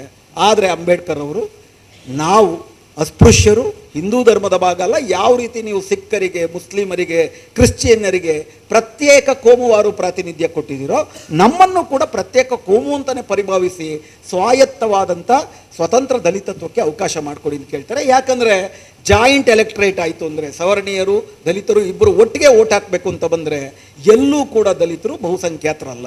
20% ಹಬ್ಬಬ್ಬ ಅಂದರೆ ರಿಸರ್ವ್ ಕಾನ್ಸ್ಟಿಟ್ಯೂನ್ಸಿ ಇರಬೇಕು ಅಂದರೆ 25ರಿಂದ 30% ಇರಬೇಕು. ಸವರ್ಣೀಯರ ಕೃಪಾ ಕಟಾಕ್ಷದಲ್ಲಿ ಇಲ್ಲದೆ ಒಬ್ಬ ದಲಿತ ಗೆದ್ದು ಬರೋಕ್ಕೆ ಸಾಧ್ಯ ಇಲ್ಲ. ರಿಸರ್ವ್ ಕಾನ್ಸ್ಟಿಟ್ಯೂನ್ಸಿಯಲ್ಲೂ ಕೂಡ ದಲಿತರಿಗೆ ಓಟ್ ಹಾಕಿದಾಗ ಮಾತ್ರ ಸ್ವತಂತ್ರ ದಲಿತ ಗೆದ್ದು ಬರೋಕ್ಕೆ ಸಾಧ್ಯ ಅಂತ ರಾಮ್ಸೆ ಮೊಕ್ಡೊನಾಲ್ಡು ಅದಕ್ಕೆ ಒಪ್ಕೋತಾನೆ. ಅದಾದಮೇಲೆ ನಿಮಗೆ ಗೊತ್ತಿದೆ ಪೂನಾ ಪ್ಯಾಕ್ಟ್ ಅಂತ ಆಗುತ್ತೆ. ಗಾಂಧಿಯವರು ಸ್ವಾತಂತ್ರ್ಯ ಹೋರಾಟದಲ್ಲಿ ಮಾಡುವ ಮೊಟ್ಟ ಮೊದಲ ಆಮರಣಾಂತ ಉಪವಾಸ ಸತ್ಯಾಗ್ರಹ ಈ ದಲಿತರಿಗೆ ಪ್ರತ್ಯೇಕ ಪ್ರಾತಿನಿಧ್ಯ ನಿಲ್ಲಬೇಕು ಅನ್ನೋ ಕಾರಣಕ್ಕಾಗಿ. ಆಮೇಲೆ ಅವೆಲ್ಲ ಆಗುತ್ತೆ. ಇವೆಲ್ಲ ಯಾಕೆ ಹೇಳ್ತಿದ್ದೀನಿ ಅಂತಂದರೆ ಇದು ನಮ್ಮ ಸಂವಿಧಾನ ಕಡೆಗೆ ನಾವು ಹೋಗ್ತಿರುವಂಥ ಹಲವು ಹೆಜ್ಜೆಗಳು. ಜಾಯಿಂಟ್ ಎಲೆಕ್ಟ್ರೇಟ್ ಅನ್ನೋದು ಕಡ್ಡಾಯ ಆಗುತ್ತೆ. ಒಂದು ಅರ್ಥದಲ್ಲಿ ಈ ದೇಶದ ಪ್ರಧಾನ ದಮನಿತರು ಶಾಶ್ವತವಾಗಿ ಸವರ್ಣೀಯರ ಕೃಪಾ ಕಟಾಕ್ಷದಲ್ಲಿ ರಾಜಕೀಯವಾಗಾದರೂ ಇರಲೇಬೇಕಾದಂಥ ಸಂದರ್ಭ ಸ್ವಾತಂತ್ರ್ಯ ಪೂರ್ವದಲ್ಲೇ ಸೃಷ್ಟಿಯಾಗಿರುತ್ತೆ. ಇದಾದ ಮೇಲೆ 37ರಲ್ಲಿ ಚುನಾವಣೆ ಆಗುತ್ತೆ. ಚುನಾವಣೆಯ ಫಲಿತಾಂಶಗಳನ್ನು ಅಂಬೇಡ್ಕರ್ ಅನಲೈಸ್ ಮಾಡ್ತಾರೆ. ಸ್ವತಂತ್ರ ಪ್ರಾತಿನಿಧ್ಯ ಇಲ್ಲ ಅಂತಂದರೆ ಸ್ವತಂತ್ರ ದಲಿತರು ಆಯ್ಕೆಯಾಗಿ ಬರೋದಕ್ಕೆ ಸಾಧ್ಯ ಇಲ್ಲ ಅಂತಲೇ 1937 ಸಾಬೀತು ಮಾಡುತ್ತೆ ಅಂತಾರೆ. ಮತ್ತೊಂದು ಕಡೆ ಮುಸ್ಲಿಂ ಲೀಗ್ ಕೂಡ ಅದರಿಂದ ಅನುಭವ ಪಡ್ಕೊಳ್ಳೋದೇನಪ್ಪ ಅಂದರೆ ಇಲ್ಲಿ ಕಾಂಗ್ರೆಸ್ನ ಹಿಂದೂ ಚಕ್ರಾಧಿಪತ್ಯ ಇಂಥ ಚುನಾವಣೆಗಳಲ್ಲಿ ಜಾಸ್ತಿ ಆಗುತ್ತೆ. ಮುಸ್ಲಿಮರು ಶಾಶ್ವತವಾಗಿ ಅಧೀನರಾಗಿರಬೇಕಾಗುತ್ತೆ ಹಿಂದೂ ಮೆಜಾರಿಟಿಗೆ. ಒಂದು ಕಡೆ ಅಂಬೇಡ್ಕರ್ ಅವರು ಹಿಂದೂಡಮ್ ಅನ್ನೋದು ದಲಿತರಿಗೆ ಹೆಂಗೆ ದೊಡ್ಡ ಅಪಾಯ, ಮುಸ್ಲಿಮರು ಕೂಡ ಹಿಂದೂ ಕಿಂಗ್ಡಮ್ ಅನ್ನೋದು ಹೆಂಗೆ ಮುಸ್ಲಿಮರಿಗೆ ಅಪಾಯ ಅನ್ನುವಂಥ ಒಂದು ತೀರ್ಮಾನಕ್ಕೆ 37ರಲ್ಲಿ ನಡೆದ ಚುನಾವಣೆಗೆ ಏಕಾಭಿಪ್ರಾಯಕ್ಕೆ ಬರ್ತಾರೆ. 39 ಆದಮೇಲೆ ಎರಡನೇ ಮಹಾಯುದ್ಧ ಶುರುವಾಗುತ್ತೆ. ಆಮೇಲೆ ಚುನಾವಣೆಗಳು ನಡೆಯಲ್ಲ. ನೀವು ಯುದ್ಧದಲ್ಲಿ ಗೊತ್ತಿದೆ, ಯುದ್ಧದಲ್ಲಿ ಗೆದ್ದೋನು ಸೋತೋನು ಸತ್ತ. ಅದು ಇವತ್ತಿಗೂ ಅನ್ವಯ ಆಗುತ್ತೆ. ಇವತ್ತಿನ ಯುದ್ಧವೂ ಕೂಡ ಏನು ನಿಂತು ಅಂತ ನಿನ್ನೆ ಆಗಿದೆ. ಯಾಕೆ ನಿಲ್ತು? ಇದ್ದಕ್ಕಿದ್ದಾಗೆ ಯುದ್ಧದ ರಣಹದ್ದುಗಳು ಶಾಂತಿಯ ಪಾರಿವಾಳಗಳಾಗ್ಬಿಟ್ಟುವ ಎರಡೂ ಕಡೆ. ಮುನೀರು ಮತ್ತು ಮೋದಿ. ಮುನೀರ್ ಅಂತಂದರೆ ಪಾಕಿಸ್ತಾನದ ISI ಚೀಫ್. ಮುನೀರು ಮತ್ತು ಮೋದಿ ಇದ್ದಕ್ಕಿದ್ದಾಗೆ ಪಾರಿವಾಳಗಳಾಗಲಿಲ್ಲ. ಎಲ್ಲರಿಗೂ ಸ್ಪಷ್ಟ ಇತ್ತು. ಈ ಕಡೆ ಚೈನಾ ಸಂಪೂರ್ಣ ಸಪೋರ್ಟ್ ಮಾಡ್ತಿದ್ದೆ ಪಾಕಿಸ್ತಾನಕ್ಕೆ. ಅಮೇರಿಕಾಗೆ ಭಾರತದ್ದೇನು ಬೇಕಾಗಿಲ್ಲ, ಹಿಂಗೆ ಮುಂದುವರೆದ್ರೆ ಕಷ್ಟ. 5 ರಫೇಲ್ ಜೆಟ್ ವಿಮಾನಗಳು ಬೇರೆ ಹೋಗಿದೆ ಅಂತಂದ್ಬಿಟ್ಟು ದೊಡ್ಡ ಅನುಮಾನಗಳು ಬೇರೆ ಇದೆ. ಒಂದು ರಫೇಲ್ ಜೆಟ್ನ ಕಾಸ್ಟು 8,000 ಕೋಟಿ ರೂಪಾಯಿ. ಸೊ ಹೀಗೆಲ್ಲವಾದಾಗ ಸರಿ ಬಿಡು ಅಂತಂದ್ಬಿಟ್ಟು ಶಾಂತಿ ಸಮಾಧಾನ, ಯಾರೂ ಪಾರಿವಾಳಗಳಾಗಿಲ್ಲ. ಅದು ಬೇರೆ ಪ್ರಶ್ನೆ. ಎರಡನೇ ಮಹಾಯುದ್ಧದಲ್ಲೂ ಕೂಡ ಏನೇನೋ ಆಯಿತು. ಎರಡನೇ ಮಹಾಯುದ್ಧದಲ್ಲಿ ಗೆದ್ದ ಬ್ರಿಟಿಷು ಸೋತಾಗಿತ್ತು. ಇನ್ನು ಈ ರೀತಿ ನಡ್ಕೊಂಡು ಹೋಗೋಕ್ಕೆ ಸಾಧ್ಯ ಇಲ್ಲ ಅಂತಾದಾಗ ನಿಮ್ಮ ದೇಶವನ್ನು ಬಿಟ್ಟು ಹೋಗ್ತೀವಿ, ನಿಮ್ಮ ದೇಶವನ್ನು ನೀವು ಹೆಂಗೆ ಆಳ್ಕೊತೀರೋ ಅನ್ನೋದಕ್ಕೆ ನೀವೊಂದು ಸಂವಿಧಾನ ಸಭೆಯನ್ನು ರೂಪಿಸ್ಕೊಳ್ಳಿ. MN ರಾಯ್ ಅವರು ಪ್ರಧಾನವಾಗಿ ಫಸ್ಟ್ ಅದರ ಸಲಹೆಯನ್ನು ಮಾಡ್ತಾರೆ. ಸಂವಿಧಾನ ಸಭೆ ಅಂದ್ರೇನು? ಜನರಿಂದ ಆಯ್ಕೆಯಾದಂಥ ಪ್ರತಿನಿಧಿಗಳು ನಮ್ಮ ದೇಶ ಹೇಗಿರಬೇಕು ಅಂತೇಳಿ ಆ ಪ್ರಾತಿನಿಧಿತ್ವ. ಆಗಲೇ ಶ್ರೀನಿವಾಸ್ ಅವರು ಮಾತಾಡ್ದಂಗೆ ಈ ಸಾರ್ವಭೌಮತ್ವನೂ ಕೂಡ ಏನು ರೆಪ್ರೆಸೆಂಟೇಟಿವ್ ಡೆಮಾಕ್ರಸಿ ಅಂತಾರೆ ನಮ್ಮ ದೇಶವನ್ನು. 10 ಜನ ಸೇರಿಕೊಂಡು ಒಬ್ಬನ ಆಯ್ಕೆ ಮಾಡ್ತೀವಿ. ನನಗಿರುವಂತಹ ಸಂವಿಧಾನ ನನಗೆ ಕೊಡುವ ಸಾರ್ವಭೌಮತೆಯನ್ನು ನಿನಗೆ ನಾನು ಕಾಂಟ್ರಾಕ್ಟ್ ಕೊಡ್ತಿದ್ದೀನಿ. ಕಾಂಟ್ರಾಕ್ಟ್ ಅಂತ ನೀವು ಓದಿರಿ ಪೊಲಿಟಿಕಲ್ ಸೈನ್ಸಲ್ಲಿ. ನನಗೂ ಸರ್ಕಾರಕ್ಕೂ ಇರುವ ಸೋಷಿಯಲ್ ಕಾಂಟ್ರಾಕ್ಟ್. ನೀನು ನನ್ನ ಪರವಾಗಿ ಕೆಲಸ ಮಾಡ್ತೀಯ, ಅದರಿಂದ ನನಗೆ ಇರುವ ಅಧಿಕಾರ ನಿನಗೆ ಕೊಡ್ತೀನಿ, ನನ್ನ ಪರವಾಗಿ ಅಧಿಕಾರ ಮಾಡು. ಆ ಥರ ಕಾನ್ಸ್ಟಿಟ್ಯೂಷನ್ ಅಸೆಂಬ್ಲಿನಲ್ಲಿ ಮಾಡಬೇಕು ಅಂತಾಗತ್ತೆ. ಕಾನ್ಸ್ಟಿಟ್ಯೂಷನ್ ಅಸೆಂಬ್ಲಿನಲ್ಲಿ ಆಯ್ಕೆ ಮಾಡುವುದಕ್ಕೂ ಕೂಡ ಯಾರು, ನಿಮ್ಮೆಲ್ಲರಿಗೂ ಕೂಡ ಗೊತ್ತಿರಬೇಕು, 1947ರ ಪೂರ್ವದಲ್ಲಿ 1935ರಲ್ಲಿ ನಡೆದ ಚುನಾವಣೆ ಇರ್ಬೋದು, 1946ರಲ್ಲಿ ಪ್ರಾಂತೀಯ ಅಸೆಂಬ್ಲಿಗಳಿಗೆ ಮತ್ತು ಸಂವಿಧಾನ ಸಭೆಗೆ ನಡೆದ ಚುನಾವಣೆಗಳಲ್ಲಿರ್ಬೋದು, ನಮ್ಮ ದೇಶದಲ್ಲಿ ಸಾರ್ವತ್ರಿಕ ಮತದಾನ ಇರಲಿಲ್ಲ. ಸಾರ್ವತ್ರಿಕ ಮತದಾನ ಸ್ವತಂತ್ರ ಭಾರತದಲ್ಲಿ ಮೊಟ್ಟ ಮೊದಲಿಗೆ ಬಂತು. ಅದು ನಮ್ಮ ಹೆಗ್ಗಳಿಕೆ. ಯಾಕಂದರೆ ಎಲ್ಲರಿಗೂ ಕೂಡ ಸಮಾನ ಮತದಾನದ ಹಕ್ಕು ಅನ್ನೋದು ಒಂದು ಬೃಹತ್ ಕಲ್ಪನೆ. ಯಾವುದನ್ನು ಇಂಗ್ಲೆಂಡ್ನ ಪ್ರಜಾತಂತ್ರದ ತಾಯಿ ಅಂತ ಕರೀತಾರೆ, ಆ ಪ್ರಜಾತಂತ್ರದ ತಾಯಿಯ ಹೆಣ್ಣುಮಕ್ಕಳಿಗೆ 47ರ ತನಕ ಚುನಾವಣಾ ಹಕ್ಕಿರಲಿಲ್ಲ, ಮತದಾನದ ಹಕ್ಕಿರಲಿಲ್ಲ. ನಾವೆಲ್ಲ ಸ್ವಿಟ್ಜರ್ಲ್ಯಾಂಡ್ ಅಂತ ಕನಸು ಕಾಣ್ತೀವಲ್ಲ, ಅದ್ಭುತ ಅಂತೇಳಿ. ಸ್ವಿಟ್ಜರ್ಲ್ಯಾಂಡಲ್ಲಿ 1975 ತನಕ ಮಹಿಳೆಯರಿಗೆ ಓಟ್ ಹಾಕುವ ಸ್ವಾತಂತ್ರ್ಯ ಇರಲಿಲ್ಲ. ಅಮೇರಿಕಾದಲ್ಲಿ 67ರಲ್ಲಿ ಅಮೇರಿಕಾದ ಕಪ್ಪು ಜನರಿಗೆ ಓಟ್ ಹಾಕುವ ಹಕ್ಕಿರಲಿಲ್ಲ. ಬೇರೆ ಬೇರೆ ರೀತಿ ಕೊಟ್ಟಂಗೆ ಮಾಡಿ ಕಿತ್ಕೊಂಡಿದ್ರು ಅದನ್ನು. ಭಾರತದಲ್ಲಿ ಆ ರೀತಿ ನೋಡಿದ್ರೆ ಸಾರ್ವತ್ರಿಕ ಮತದಾನ ಮೊದಲ ಚುನಾವಣೆಯ ಭಾಗವಾಗೇ ಬಂತು. ಆದರೆ ಸಂವಿಧಾನ ಸಭೆಗೆ ಆಯ್ಕೆ ಮಾಡಿದಂಥ ಪ್ರಾಂತೀಯ ಚುನಾವಣೆಗಳೇನಿದೆ 1946ರಲ್ಲಿ, ಅದು ಸಾರ್ವತ್ರಿಕ ಮತದಾನದಲ್ಲಿ ನಡೀಲಿಲ್ಲ. ಅದಕ್ಕೆ 2 ಷರತ್ತುಗಳಿದ್ವು, 3 ಷರತ್ತುಗಳಿದ್ವು. ಒಂದು, ಸುಶಿಕ್ಷಿತರು ಆಯ್ಕೆ ಮಾಡಬೇಕು, ವರಮಾನ ತೆರಿಗೆ ಕಟ್ಟೋರು ಆಯ್ಕೆ ಮಾಡಬೇಕು. ಇಲ್ಲಿ ಎಷ್ಟು ಜನ ಕೂತಿದ್ದೀವಿ ಹಾಲಲ್ಲಿ? ಎಸ್ ಸರ್, ಒಂದು 125-130 ಜನ ಇದ್ದೀವಿ. ಎದೆ ಮೇಲೆ ಕೈ ಇಟ್ಕೊಂಡು ಹೇಳೋಣ, ನಮ್ಮ ಯಾವ ಮುತ್ತಾತ ಮುತ್ತಜ್ಜಿ ಅಥವಾ ಕಡಲೆಕಾಯಿ ತಾತ ಕಡಲೆಕಾಯಿ ಅಜ್ಜಿ BA MA ಗ್ರ್ಯಾಜುಯೇಟ್ ಆಗಿದ್ದರು, ವರಮಾನ ತೆರಿಗೆ ಕಟ್ತೀವಿ? ನಾನಂತೂ ಈಗಲೂ ವರಮಾನವೇ ಇಲ್ಲ, ತೆರಿಗೆಯಲ್ಲಿಂದ ಕಟ್ಟರು. ಸೊ ಈ ಥರದ್ದು ಎಷ್ಟು ಜನ ಇದ್ರಿ ಕೈ ಎತ್ತಿ. ನಿಮ್ಮ ಮುತ್ತಜ್ಜಿ ಎಷ್ಟು ಜನ ವರಮಾನ ತೆರಿಗೆ ಕಟ್ತಿದ್ರು, ಸುಶಿಕ್ಷಿತರಾಗಿದ್ದರು? ಒಂದು ಕೈ ಎತ್ತಿಲ್ಲ ಹಾಲಲ್ಲಿ. ನಮ್ಮ ದೇಶದ ಕೇವಲ 17% ಜನ ಮಾತ್ರ ವೋಟ್ ಹಾಕಿದ್ದು ಸಂವಿಧಾನ ಸಭೆಗೆ. ಸಂವಿಧಾನದ ಬಗ್ಗೆ ತೀರಾ ತಿರಸ್ಕಾರದಿಂದ ಮಾತಾಡುವುದನ್ನು ಕೂಡ ವಿರೋಧಿಸಬೇಕು, ತೀರಾ ರೊಮ್ಯಾಂಟಿಕ್ ಆಗಿ ಮಾತಾಡುವುದನ್ನು ಕೂಡ ಬಿಡಬೇಕು. ನಮ್ಮ ಸಂವಿಧಾನ ಸಭೆ ಆಯ್ಕೆ ಆದದ್ದು 17% ಕುಲೀನರು ಆಯ್ಕೆ ಮಾಡಿದ್ದು. ಅವರು ಸುಶಿಕ್ಷಿತರಾಗಿದ್ದರು ಮತ್ತು ಆಸ್ತಿವಂತರಾಗಿದ್ದರು. ಅವರೆಲ್ಲ ಯಾರಾಗಿದ್ದರು? ಬಹುಮಾಡಿ, ಎಲ್ಲ ಬ್ರಾಹ್ಮಣರೇ ಅಲ್ಲ, ಪ್ರಧಾನವಾಗಿ ಮೇಲ್ಜಾತಿ, ಅದರಲ್ಲಿ ಅತಿ ಹೆಚ್ಚು ಬ್ರಾಹ್ಮಣರು. ಮೇಲ್ಜಾತಿಗಳು, ಬೇರೆ ಜಾತಿನಲ್ಲೂ ಕೂಡ ಕನಿಷ್ಠ ಮಧ್ಯಮ ವರ್ಗದವರು. ಇವರೆಲ್ಲ ಒಟ್ಟು ಆಯ್ಕೆ ಮಾಡೋದು 399 ಜನರನ್ನ ಸಂವಿಧಾನ ಸಭೆ. ಈ ಸಂವಿಧಾನ ಸಭೆ 399 ಜನರನ್ನ ಆಯ್ಕೆ ಮಾಡಿದ್ರೆ ನಿಮಗೆಲ್ಲ ಗೊತ್ತಿದೆ, ಪ್ರಾಂತೀಯ ಸಭೆಯಿಂದ ಆಯ್ಕೆಯಾದವರು ಪ್ರತಿ 7 ಪ್ರಾಂತೀಯ ಸಭೆಯ ಶಾಸಕರಿಗೆ ಒಬ್ಬ ಸಂವಿಧಾನ ಸಭೆಯ ಸದಸ್ಯ, ಪ್ರತಿ 7 ಜನರಿಗೆ ಒಬ್ಬರು. ಆ 1946ರ ಪ್ರಾಂತೀಯ ಶಾಸನಸಭಾ ಚುನಾವಣೆಗಳಲ್ಲಿ ಅಂಬೇಡ್ಕರ್ ಅವರ ಶೆಡ್ಯೂಲ್ ಕ್ಯಾಸ್ಟ್ ಫೆಡರೇಷನ್ ಕೂಡ ಎಲೆಕ್ಷನ್ಗೆ ನಿಲ್ಲುತ್ತೆ. 150 ಕಡೆ ಶೆಡ್ಯೂಲ್ ಕ್ಯಾಸ್ಟ್ ಫೆಡರೇಷನ್ನು ತನ್ನ ಕ್ಯಾಂಡಿಡೇಟ್ಗಳನ್ನ ಹಾಕುತ್ತೆ. ಅಂಬೇಡ್ಕರ್ರು ಒಳಗೊಂಡಂತೆ 153 ಕಡೆ ಶೆಡ್ಯೂಲ್ ಕ್ಯಾಸ್ಟ್ ಫೆಡರೇಷನ್ನ ಕ್ಯಾಂಡಿಡೇಟ್ಸ್ ಸೋಲ್ತಾರೆ. ಅಂಬೇಡ್ಕರ್ ಕೂಡ ಸೋಲ್ತಾರೆ. ಅಂಬೇಡ್ಕರ್ಗೆ ಸಂವಿಧಾನ ಸಭೆಯ ಬಾಗಿಲುಗಳಿರಲಿ, ಕಿಟಕಿಯನ್ನು ತೆಗೆಯಲು ಬಿಡಲಾರೆ ಅಂತ ಹೇಳಿದ್ದು ಯಾರು ಅಂತ ನಾನು ನಿಮಗೆ ಕೇಳಿದ್ರೆ ಯಾರು ಅಂತ ಹೇಳ್ತಾರೆ? ವಾರೇ ವಾ, ಭಾಳ ಖುಷಿ ಆಯಿತು ಉತ್ತರ ಕೇಳಿ. ಸರ್ದಾರ್ ವಲ್ಲಭಾಯ್ ಪಟೇಲ್ ಅವರು, ಯಾರಿವತ್ತು BJP ಅವರು ಕಾಂಗ್ರೆಸ್ಸಿನ ಮುಖಂಡನ್ನು ಕೂಡ ತಮ್ಮ ದೊಡ್ಡ ಇವರು ಅಂತ ಹೇಳ್ತಾರೆ, ಅವರು ಹಂಗೆ ಘೋಷಣೆ ಮಾಡಿದರು, ಕಾಂಗ್ರೆಸ್ಗೆ ಒಲ್ಲದ ತುಪ್ಪ, ಬೆಂಕಿ ಬಾಯಲ್ಲಿ ಹಾಕೋಬೇಕು, ಉಗಿಯೋಕ್ಕೂ ಆಗಲ್ಲ, ಅದು ನುಂಗಕ್ಕೂ ಆಗಲ್ಲ. ಕಾಂಗ್ರೆಸ್ಗೂ ಅಷ್ಟೇ, ಹಿಂದೂ ಮಹಾಸಭಾಗೂ ಅಷ್ಟೇ, ಇಬ್ಬರೂ ಕೂಡ ಬಹಳ ಯಶಸ್ವಿಯಾಗಿ ಪ್ರಯತ್ನವನ್ನು ಮಾಡಿ ಅಂಬೇಡ್ಕರ್ನ ಸೋಲಿಸ್ತಾರೆ.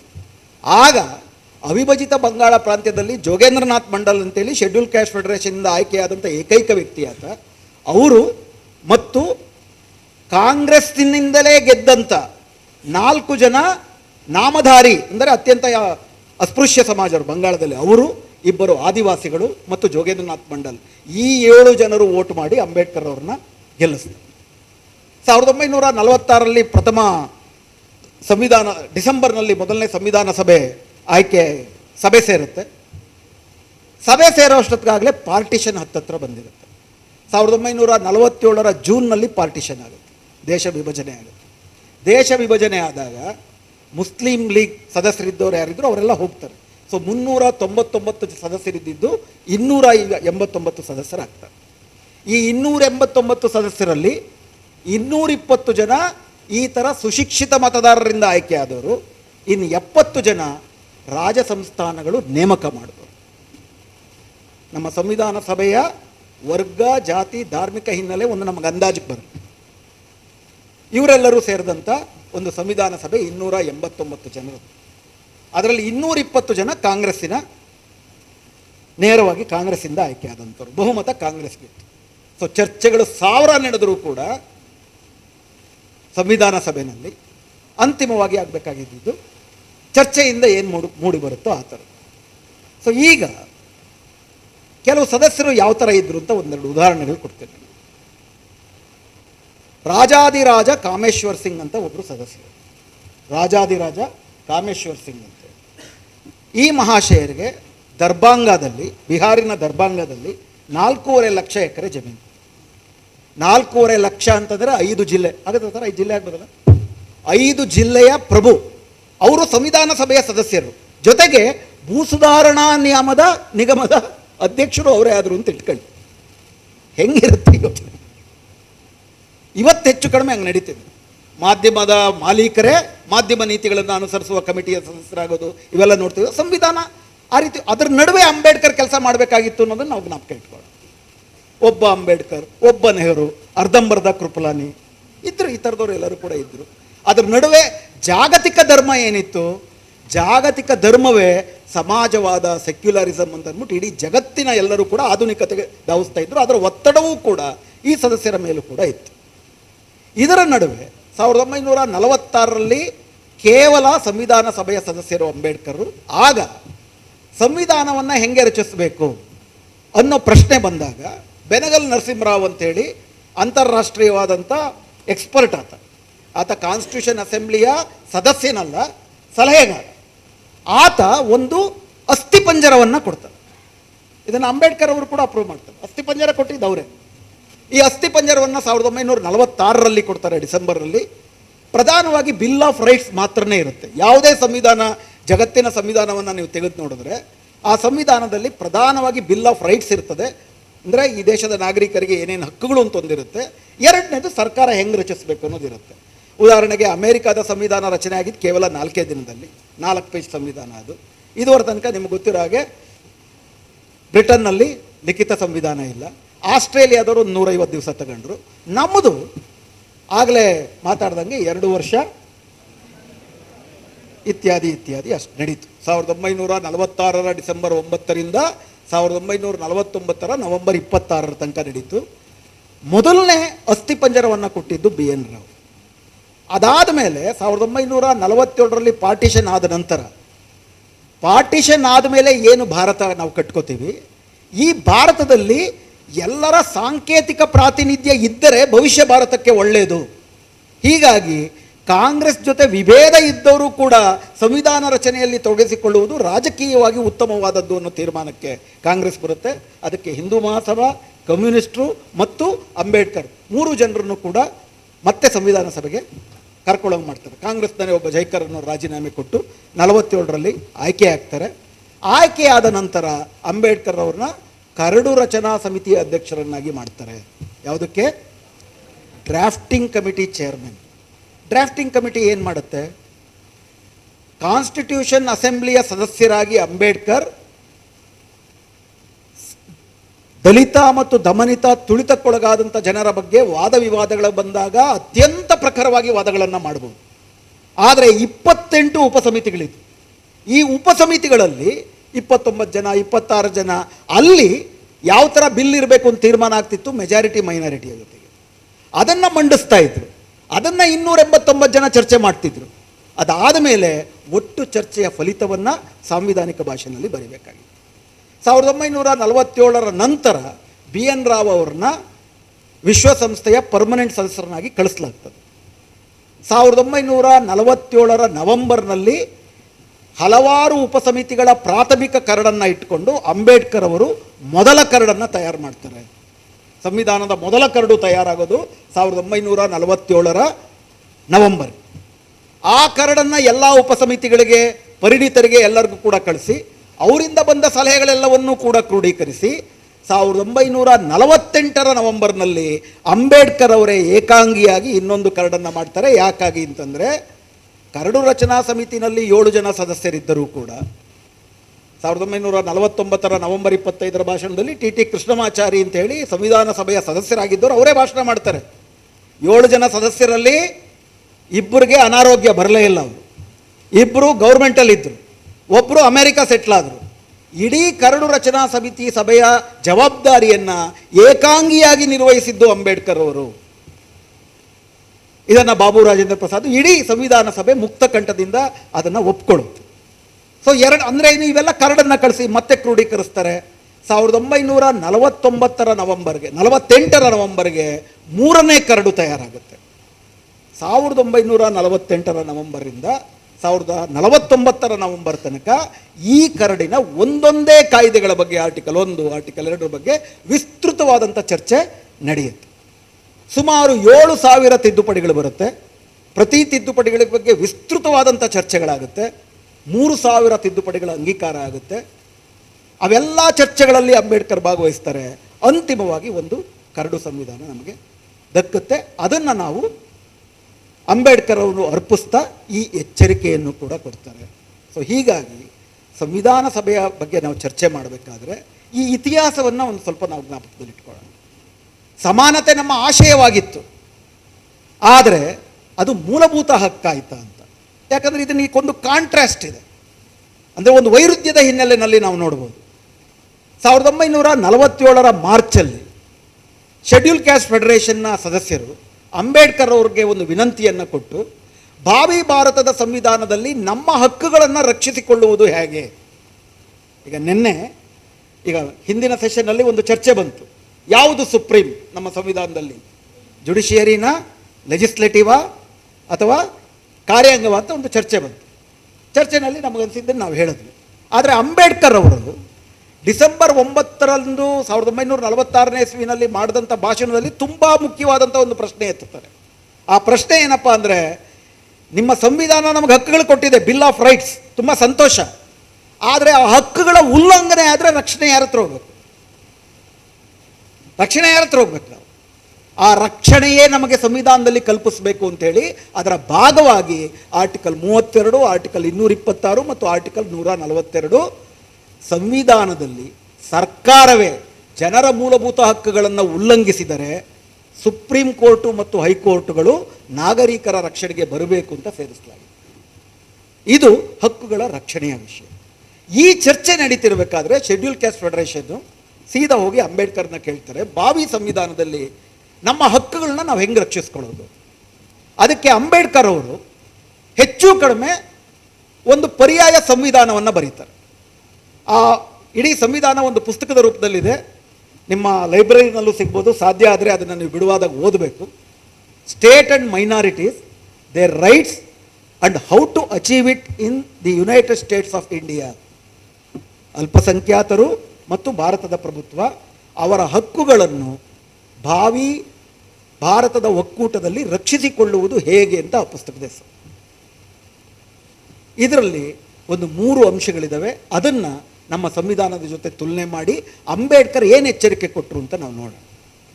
ಅಂಬೇಡ್ಕರ್ ಮುಂದೆ ಇದ್ದಂಥ ಪ್ರಶ್ನೆಗಳೇನು? ಸಮಾನತೆಯನ್ನು ನಾವು ಆಶಿಸ್ತೀವಿ, ಕಾನೂನಲ್ಲಿ ಸಮಾನತೆಯಿಂದ ಬರೆದು ಬಿಟ್ಟರೆ ಬಂದ್ಬಿಡುತ್ತಾ ಸಮಾನತೆ? ಅವರು ಅವರು ಮಹಾನ್ ವಿದ್ವಾಂಸರು, ನಿಮಗೆಲ್ಲ ಗೊತ್ತಿದೆ. ಪಾಶ್ಚಿಮಾತ್ಯ ಪ್ರಜಾತಂತ್ರಗಳು 1947 ಮಾತಾಡ್ತಿದ್ದೀವಿ ನಾವು. ಪಶ್ಚಿಮದಲ್ಲಿ ಈಗಾಗಲೇ 100 ವರ್ಷ 200 ವರ್ಷ ಪ್ರಜಾತಂತ್ರಗಳು ಈಗಾಗಲೇ ಇದ್ದಾವೆ. ಪಾಶ್ಚಿಮಾತ್ಯ ಪ್ರಜಾತಂತ್ರಗಳು ಲಿಬರ್ಟಿ, ಈಕ್ವಾಲಿಟಿ, ಫ್ರೆಟರ್ನಿಟಿ ಹೇಳ್ತೇವೆ. ಉದಾಹರಣೆಗೆ ಲಿಬರ್ಟಿ, ಈಕ್ವಾಲಿಟಿ, ಫ್ರೆಟರ್ನಿಟಿ ಫ್ರೆಂಚ್ ರೆವಲ್ಯೂಷನ್ನ ಕ್ರಾಂತಿಯ ಘೋಷ ನಿಮಗೆಲ್ಲ ಗೊತ್ತಿದೆ. ಫ್ರಾನ್ಸ್ನಲ್ಲಿ ಲಿಬರ್ಟಿ, ಈಕ್ವಾಲಿಟಿ, ಫ್ರೆಟರ್ನಿಟಿ ಇದೆಯಾ ಅಂತ ಪ್ರಶ್ನೆ ಕೇಳ್ತಾರೆ. ಈಕ್ವಾಲಿಟಿ ಅನ್ನೋದು ಎಕನಾಮಿಕ್ ಈಕ್ವಾಲಿಟಿ ಅಂತ ಅನ್ನೋದಾದರೆ, ಸೋಷಿಯಲ್ ಈಕ್ವಾಲಿಟಿ ಅನ್ನೋದಾದರೆ, ಪೊಲಿಟಿಕಲ್ ಈಕ್ವಾಲಿಟಿ ಅದನ್ನು ಭಾಳ ಚೆನ್ನಾಗಿ ಅಂಬೇಡ್ಕರ್ ವಿವರಿಸ್ತಾರೆ. ಡೆಮಾಕ್ರಸಿ ಅಂತಂದರೆ ನಮಗೆಲ್ಲರಿಗೂ ಕೂಡ ಗೊತ್ತಿರೋದೇನು? Why is India democracy? Because it is for the people, of the people, by the people ಅಂತ ಹೇಳ್ತೀವಿ. ತೀರಾ ತಲೆಕೆಟ್ಟರೆ ಇನ್ನೊಂದೇನು ಹೇಳ್ತೀವಿ? ಭಾರತದಲ್ಲಿ ಚುನಾವಣೆ ನಡೆಯಲ್ವೇನ್ರಿ ಅಂತೀವಿ. ಪ್ರಜಾತಂತ್ರ ಈಸ್ ಈಕ್ವಲ್ ಟು ಚುನಾವಣೆ ಅನ್ನೋ ಒಂದು ಈಕ್ವೇಷನ್ ಮಾಡಿಬಿಟ್ಟಿದ್ದೀವಿ. ಅಂಬೇಡ್ಕರ್ ಇಂಥ ಸರಳ ಸಮೀಕರಣವನ್ನು ಯಾವತ್ತೂ ಮಾಡಲಿಲ್ಲ. ಅಂಬೇಡ್ಕರ್ ಅವರಿಗೆ ಪ್ರಜಾತಂತ್ರ ಅಂತಂದರೆ ನಾಗರಿಕರಿಗೂ ಸರ್ಕಾರಕ್ಕೂ ಇರುವ ಸಂಬಂಧದಷ್ಟೇ ಮುಖ್ಯವಾದದ್ದು ಮನುಷ್ಯರ ಜೊತೆ ಇರುವ ಸಂಬಂಧ, ಮನುಷ್ಯರಿಗೂ ವ್ಯಕ್ತಿಗೂ ಸಮಾಜಕ್ಕೂ ಇರುವ ಸಂಬಂಧ. ಅವೆಲ್ಲವೂ ಸಮಾನತೆಯ ನೆಲೆಯಲ್ಲಿ ಇದ್ದರೆ ಅದು ಪ್ರಜಾಪ್ರಭುತ್ವ.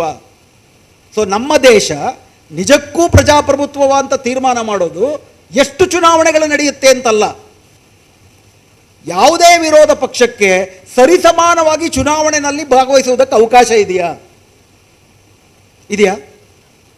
ಮೊನ್ನೆ ಎಲೆಕ್ಟ್ರಲ್ ಬಾಂಡ್ ಬಂತಲ್ಲ, ಎಲೆಕ್ಟ್ರಲ್ ಬಾಂಡಲ್ಲಿ 2000 ಬರೀ ಸಣ್ಣ ಉದಾಹರಣೆ ಕೊಡ್ತೀನಿ ನಿಮಗೆ. 2017ರಲ್ಲಿ ಎಲೆಕ್ಟ್ರಲ್ ಬಾಂಡ್ ಶುರುವಾಯಿತು. 2023 ತನಕ 16,000 ಕೋಟಿ ರೂಪಾಯಿ ಎಲೆಕ್ಟ್ರಲ್ ಬಾಂಡಲ್ಲಿ ಹಣ ಕಲೆಕ್ಟ್ ಮಾಡಿದರೆ ಕಾರ್ಪೊರೇಟ್ ಸಂಸ್ಥೆಗಳಿಂದ, ಅದರಲ್ಲಿ 8,000 ಕೋಟಿ ಬಿ ಜೆ ಪಿಗೆ, 1,300 ಕೋಟಿ ಟಿ ಎಮ್ ಸಿಗೆ, 1,200 ಕೋಟಿ ಬಿ ಆರ್ ಎಸ್ಗೆ, 1,100 ಕೋಟಿ ಕಾಂಗ್ರೆಸ್ಗೆ. ಎಲ್ಲರೂ ಪಾಪದ ಪಾಲು, ದೊಡ್ಡ ಪಾಲು, ಸಣ್ಣ ಪಾಲು. ಸಾರಾಂಶ ಅದಕ್ಕೆ ಇತ್ತೀಚೆಗೆ ಒಬ್ಬರು ಅಧ್ಯಯನ ಮಾಡಿದ್ರು ಭಾರತದ ಚುನಾವಣೆಗಳ ಬಗ್ಗೆ. ಭಾರತದ ಚುನಾವಣೆಗಳಲ್ಲಿ ಗೆಲ್ಲಬೇಕು ಅಂತಂದರೆ 100 ಕೋಟಿ ಬೇಕು, ಸೋಲಬೇಕು ಅಂದರೆ 50 ಕೋಟಿ ಬೇಕು. ಸೋಲಬೇಕು ಯಾಕೆ 50 ಕೋಟಿ? ನಿಮ್ಗೆ ಸೆಕ್ಯೂರಿಟಿ ಡಿಪಾಸಿಟ್ ವಾಪಸ್ ಬರಬೇಕಲ್ಲ, ಘನತೆಯಿಂದ ಸೋಲೋದಕ್ಕೆ ಅಲ್ಲ ಸರ್, ಘನತೆಯಿಂದ ಸೋಲೋದಕ್ಕೆ 50 ಕೋಟಿ ಬೇಕು, ಗೆಲ್ಲೋದಕ್ಕೆ 100 ಕೋಟಿ ಬೇಕು. ಈ ದೇಶದ ರೈತಾಪಿ 100 ಕೋಟಿ ಜನ ಇದ್ದಾರೆ. ಈ ದೇಶದ ರೈತರ ಸರಾಸರಿ ವಾರ್ಷಿಕ ಆದಾಯ ಕರ್ನಾಟಕದಲ್ಲಿ ವರ್ಷಕ್ಕೆ 1 ಲಕ್ಷ, ಪಂಜಾಬ್ನಲ್ಲಿ 2.5 ಲಕ್ಷ, ಬಿಹಾರ್ನಲ್ಲಿ 26,000. ಗೆಲ್ಲೋದಕ್ಕೆ ಎಷ್ಟು ಬೇಕು? ಭಾರತದ democracy of the people, by the people, for the people. ಚುನಾವಣಾ ಪ್ರಜಾತಂತ್ರ ಅನ್ನುವಂಥದ್ದು ಜನರಿಂದ ದೂರ ಆಗೋಗಿದೆ. ಅಷ್ಟು ಮಾತ್ರ ಅಲ್ಲ, ಎಲ್ಲಕ್ಕಿಂತ ಮುಖ್ಯವಾಗಿ ಲಿಬರಲ್ ವ್ಯಾಲ್ಯೂಸ್ ಇದೆಯಾ ಈ ಸಮಾಜದಲ್ಲಿ? ನೋಡೋದಕ್ಕೆ ಖುಷಿಯಾಗುತ್ತೆ. ಹೆಣ್ಮಕ್ಳು ಪ್ರಾಯಶಃ ಅರ್ಧಕ್ಕಿಂತ ಜಾಸ್ತಿ ಇದ್ದಾರೆ ಈ ಸಭೆಯಲ್ಲಿ. ವೇದಿಕೆ ಮೇಲೆ ಯಾರೂ ಇಲ್ಲ. ನೆನ್ನೆ ಒಬ್ಬರೇ ಇದ್ದಿದ್ದು ಅನಿಸುತ್ತೆ, ಒಬ್ಬರೇ ಅನಿಸುತ್ತಲ್ಲ, ಅಂಕಲ್ಗೆ ಅವರೊಬ್ಬರು ಇದ್ದರು. ಪ್ರಜಾತಂತ್ರ ಅಷ್ಟರ ಮಟ್ಟಿಗೆ ಮುಕ್ಕಾಯಿತು. ನೀವಿಲ್ಲಿ ಇಷ್ಟು ಜನ ಕೂತಿದ್ದೀರ ಹೆಣ್ಮಕ್ಳು, ಈ ಸಭೆ ಹೇಗೆ ನಡಿಬೇಕು ಅಂತ ತೀರ್ಮಾನ ಮಾಡ್ತೀರಿ? ಯಾರ್ಯಾರು ಓಟ್ ಹಾಕಿದ್ರಿ ಕೈ ಎತ್ತರಿ. ಈ ದೇಶವನ್ನು ಯಾರು ನಡೆಸಬೇಕು ಅಂತ ತೀರ್ಮಾನ ಮಾಡುವಂಥ ಓಟ್ ಹಾಕಿದಿರಿ. ಯಾರನ್ನು ಮದುವೆ ಆಗಬೇಕು ಅಂತ ತೀರ್ಮಾನ ಮಾಡೋ ಹಕ್ಕು ನಿಮ್ಮ ಮನೇಲಿ ಇಲ್ಲ. ನಿಮಗೆ ಇದೆಯಾ? ಯಾಕಂದರೆ ನಮ್ಮ ಮನೆ ಒಳಗಡೆ ಇರೋದು ಭಾರತದ ಸಂವಿಧಾನ ಅಲ್ಲ, ನಮ್ಮ ಮನೆ ಒಳಗಡೆ ಇರೋದು ಮನುವಿನ ಸಂವಿಧಾನ. ಅಂಬೇಡ್ಕರ್ ಪ್ರಜಾತಂತ್ರ ಅಂದರೆ ಇದು ಕೂಡ ಪ್ರಜಾತಂತ್ರದ ಪ್ರಶ್ನೆ, ಮನೆಯೊಳಗಿನ ಸಂವಿಧಾನ ಇದೆಲ್ಲ ಇದೆ. ಸೊ ಲಿಬರಲ್ ವ್ಯಾಲ್ಯೂಸ್ ಇದೆಯಾ? ನನಗೆ ಬೇಕಾದಂಗೆ ಇರ್ತೀನಪ್ಪ, ನಾನು ಉಪಾಸನೆ ಮಾಡ್ಬೋದಲ್ವ ಅಂತ ಪ್ರಶ್ನೆಗಳೆಲ್ಲ ಕೇಳಿದ್ರೆ, ಹೀಗಾಗಿ ಅಂಬೇಡ್ಕರ್ ಹೇಳಿದ್ದು ಪೊಲಿಟಿಕಲ್ ಡೆಮಾಕ್ರಸಿ ಯಶಸ್ಸಾಗಬೇಕಂದ್ರೆ ಸೋಷಿಯಲ್ ಡೆಮಾಕ್ರಸಿ, ಎಕನಾಮಿಕ್ ಡೆಮಾಕ್ರಸಿ ತುಂಬ ಮುಖ್ಯ. ಹೀಗಾಗಿನೇ ಪ್ರಿಯಾಂಬಲ್ ಬಗ್ಗೆ ಬಹುಶಃ ಆಮೇಲೆ ವೆಂಕಟೇಶ ಅವರು ಮಾತಾಡ್ತಾರೆ. ನಾವು justice, socio economic and political ಅನ್ನುವ ಒಂದು ವಾಕ್ಯವನ್ನು ಪ್ರಿಯಾಂಬಲಲ್ಲಿ ಇಟ್ಟಿದ್ದೀವಿ. ಸಾಮಾಜಿಕ, ಆರ್ಥಿಕ ಮತ್ತು ರಾಜಕೀಯ ನ್ಯಾಯ. ಆರ್ಥಿಕ ಸಾಮಾಜಿಕ ನ್ಯಾಯ ಅಂದ್ರೇನು? ಹೆಣ್ಣು ಗಂಡು, ದಲಿತ, ಜಾತಿ, ಧರ್ಮ ಇತ್ಯಾದಿ ಭೇದ ಭಾವ ಇಲ್ಲದಿರ ಸಂಪನ್ಮೂಲದಲ್ಲಿ ಸಮಾನ ಭಾಗಿದಾರಿಕೆ. ಪಾಶ್ಚಿಮಾತ್ಯ ಪ್ರಜಾಪ್ರಭುತ್ವಗಳು ಈ ಈಕ್ವಾಲಿಟಿ ಕೊಡಲಿಲ್ಲ ಅಂತ ಹೇಳ್ತಾರೆ ಅಂಬೇಡ್ಕರ್ ಅವರು. ಶೆಡ್ಯೂಲ್ ಕ್ಯಾಸ್ಟ್ ಫೆಡರೇಷನ್ಗೆ ಆ ಸಂವಿಧಾನವನ್ನು ಬರೀತಾರೆ. ಅವರು ಬರೀ ಪೊಲಿಟಿಕಲ್ ಈಕ್ವಾಲಿಟಿಯನ್ನು ಕೊಟ್ಟರು. ಎಲ್ಲರಿಗೂ ಒಂದೇ ಓಟು, ನೀನು ಯಾವುದೇ ಬೇಕಾದರೂ ಪೂಜೆ ಮಾಡ್ಕೋ, ಯಾವುದೇವ್ರನ್ನ ಬೇಕಾದರೂ, ಮತ್ತು ಸರ್ಕಾರ ನಿನ್ನ ಖಾಸಗಿ ವ್ಯವಹಾರಗಳಲ್ಲಿ ಬಗೆಹರಿಸೋದಿಲ್ಲ, ಕಾನೂನು ಮುಂದೆ ನೀವೆಲ್ಲರೂ ಒಂದೇ. ಇವಿಷ್ಟು ಉತ್ತಮವಾದದ್ದೇ. ಆದರೆ ಇವ್ಯಾವುದೂ ಕೂಡ ಬಡವ ಶ್ರೀಮಂತರ ಭೇದವನ್ನು ಅಳಿಸೋದಿಲ್ಲ, ಗಂಡು ಹೆಣ್ಣಿನ ಸಾಮಾಜಿಕ ಭೇದವನ್ನು ಅಳಿಸೋದಿಲ್ಲ. ಹೀಗಾಗಿ ಆ ಭೇದವೂ ಅಳಿಸಬೇಕು ಅಂದರೆ ಎಕನಾಮಿಕ್ ಈಕ್ವಾಲಿಟಿ ಎಲ್ಲಿದೆ? ಅಂಬೇಡ್ಕರ್ ಈ ಪ್ರಶ್ನೆ ಮಾಡ್ಕೋತಾರೆ. ಎಕನಾಮಿಕ್ ಈಕ್ವಾಲಿಟಿ ಎಲ್ಲಿದೆಯಪ್ಪ ಅಂತಂದರೆ ರಷ್ಯಾ ಮತ್ತು ಚೈನಾದಲ್ಲಿದೆ. ಅಲ್ಲಿ ವ್ಯಕ್ತಿಗತ ಸ್ವಾತಂತ್ರ್ಯ ಇದೆಯಾ ಅಂತಂದರೆ ವ್ಯಕ್ತಿಗತ ಸ್ವಾತಂತ್ರ್ಯ ಇಲ್ಲ. ವ್ಯಕ್ತಿಗತ ಸ್ವಾತಂತ್ರ್ಯವೂ ಬೇಕು, ಆರ್ಥಿಕ ಸಮಾನತೆಯೂ ಬೇಕು ನಮ್ಮ ಸಮಾಜಕ್ಕೆ ಅಂತಂದರೆ ಆರ್ಥಿಕ ಸಮಾನತೆ, ದಯವಿಟ್ಟು ಗಮನ ಕೊಟ್ಟು ಕೇಳಿ, ಆರ್ಥಿಕ ಸಮಾನತೆ, ಸಾಮಾಜಿಕ ಸಮಾನತೆ ಬಲಪ್ರಯೋಗವಿಲ್ಲದೆ ಬರುವುದಿಲ್ಲ. ಅಂಬೇಡ್ಕರ್ ಸ್ಪಷ್ಟವಾಗಿದೆ. ಆ ಬಲಪ್ರಯೋಗ ಅಂದರೆ ಕ್ರಾಂತಿನ, ರಷ್ಯಾ ಚೈನಾ ಥರ ರಕ್ತಸಿಕ್ತ ಕ್ರಾಂತಿನ? ಹಂಗಾಗಬೇಕಾಗಿಲ್ಲ. ಈ ಸಮಾನತೆಯನ್ನು ಸಂವಿಧಾನದ ಬಲಪ್ರಯೋಗದ ಮೂಲಕ ತರಬಹುದು. ಸಂವಿಧಾನದ ಬಲಪ್ರಯೋಗ ಯಾವಾಗ ಆಗುತ್ತೆ? ಪೊಲಿಟಿಕಲ್ ಸೈನ್ಸ್ ವಿದ್ಯಾರ್ಥಿಗಳು ನಿಮಗೆ ಗೊತ್ತಿದೆ, ನಮ್ಮ ಹಕ್ಕುಗಳಲ್ಲಿ 2 ಹಕ್ಕುಗಳಿದೆ. ಒಂದು ಫಂಡಮೆಂಟಲ್ ರೈಟ್, ಇನ್ನೊಂದು ಲೀಗಲ್ ರೈಟ್. ಯಾವುದೇ ಸರ್ಕಾರ ಅಧಿಕಾರಕ್ಕೆ ಬಂದರೂ ನಮ್ಮ ಫಂಡಮೆಂಟಲ್ ರೈಟ್ನ ಕಿತ್ಕೊಳ್ಳೋಕ್ಕಾಗೋದಿಲ್ಲ. ಯಾಕಂದರೆ ಅದು ನಮಗೆ ಸಿಗೋದು ಸರ್ಕಾರದಿಂದಲ್ಲ, ಸಂವಿಧಾನದಿಂದ. ಸರ್ಕಾರವು ಸಂವಿಧಾನಕ್ಕೆ ಅಡಿಯಾಗಿ ನಡ್ಕೋಬೇಕು. ಆರ್ಟಿಕಲ್ 13 ಇದೆ ಸಂವಿಧಾನದಲ್ಲಿ. ಆರ್ಟಿಕಲ್ 13 ಸ್ಪಷ್ಟವಾಗಿ ಹೇಳೋದೇನಪ್ಪ ಅಂದರೆ ಸರ್ಕಾರ ಬೇಕಾದ ಕಾನೂನು ಮಾಡ್ಕೋಬೋದು ಸಂಸತ್ತು, ಆದರೆ ಮೂಲಭೂತ ಹಕ್ಕುಗಳನ್ನು ಚ್ಯುತಿ ತರುವ ಕಾನೂನು ಮಾಡಂಗಿಲ್ಲ, ಅದು ನಲ್ ಅಂಡ್ ವಾಯ್ಡ್. ಸೊ ಹೀಗಾಗಿ ಒಂದು ಕಾನ್ಸ್ಟಿಟ್ಯೂಷನಲ್ ಫೋರ್ಸ್ ಇದೆ, ಏನಕ್ಕೆ? ನಿಮ್ಮ ಫಂಡಮೆಂಟಲ್ ರೈಟ್ನ ಕಾಪಾಡೋದಕ್ಕೆ. ಆದ್ದರಿಂದ ಅಂಬೇಡ್ಕರ್ ಏನು ಹೇಳ್ತಾರೆ, ಯಾವ ರೀತಿ ಪೊಲಿಟಿಕಲ್ ರೈಟ್ ಫಂಡಮೆಂಟಲ್ ರೈಟ್ ಆಗಿದೆಯೋ ವೆಸ್ಟರ್ನ್ ಸೊಸೈಟೀಸಲ್ಲಿ, ಎಕನಾಮಿಕ್ ರೈಟ್ ಕೂಡ ಫಂಡಮೆಂಟಲ್ ರೈಟ್ ಆಗಬೇಕು, ಕಾನ್ಸ್ಟಿಟ್ಯೂಷನಲ್ ಫೋರ್ಸ್ ಮೂಲಕ ಬರಬೇಕು. ಅಂದರೆ ನಾವೆಲ್ಲರೂ ಒಂದೇ, ಸಂಪತ್ತು ಸಮಾನವಾಗಿ ಹಂಚಿಕೆ ಆಗಬೇಕು ಅನ್ನುವಂಥದ್ದು ಒಂದು ಫಂಡಮೆಂಟಲ್ ರೈಟ್. ಆ ಫಂಡಮೆಂಟಲ್ ರೈಟ್ ಬರಬೇಕು ಅಂತಂದರೆ ನಿಮ್ಮ ಎಕನಾಮಿಕ್ ಪ್ರೋಗ್ರಾಮ್ ಅದಕ್ಕೆ ತಕ್ಕನಾಗಿರಬೇಕು ಅಂತೇಳಿ ಆ ಪುಸ್ತಕದಲ್ಲಿ ಒಂದು ಎಕನಾಮಿಕ್ ಪ್ರೋಗ್ರಾಮ್ ಕೂಡ ಕೊಡ್ತಾರೆ. ಅತ್ಯಂತ ಮುಖ್ಯವಾಗಿ ಅವ್ರು ಹೇಳೋದೇನು, ನ್ಯಾಷನಲೈಸೇಷನ್ ಆಫ್ ದಿ ಪ್ರಾಪರ್ಟಿ, ಪ್ರಭುತ್ವದ ಇಡೀ ಸಂಪತ್ತಿನ ರಾಷ್ಟ್ರೀಕರಣ.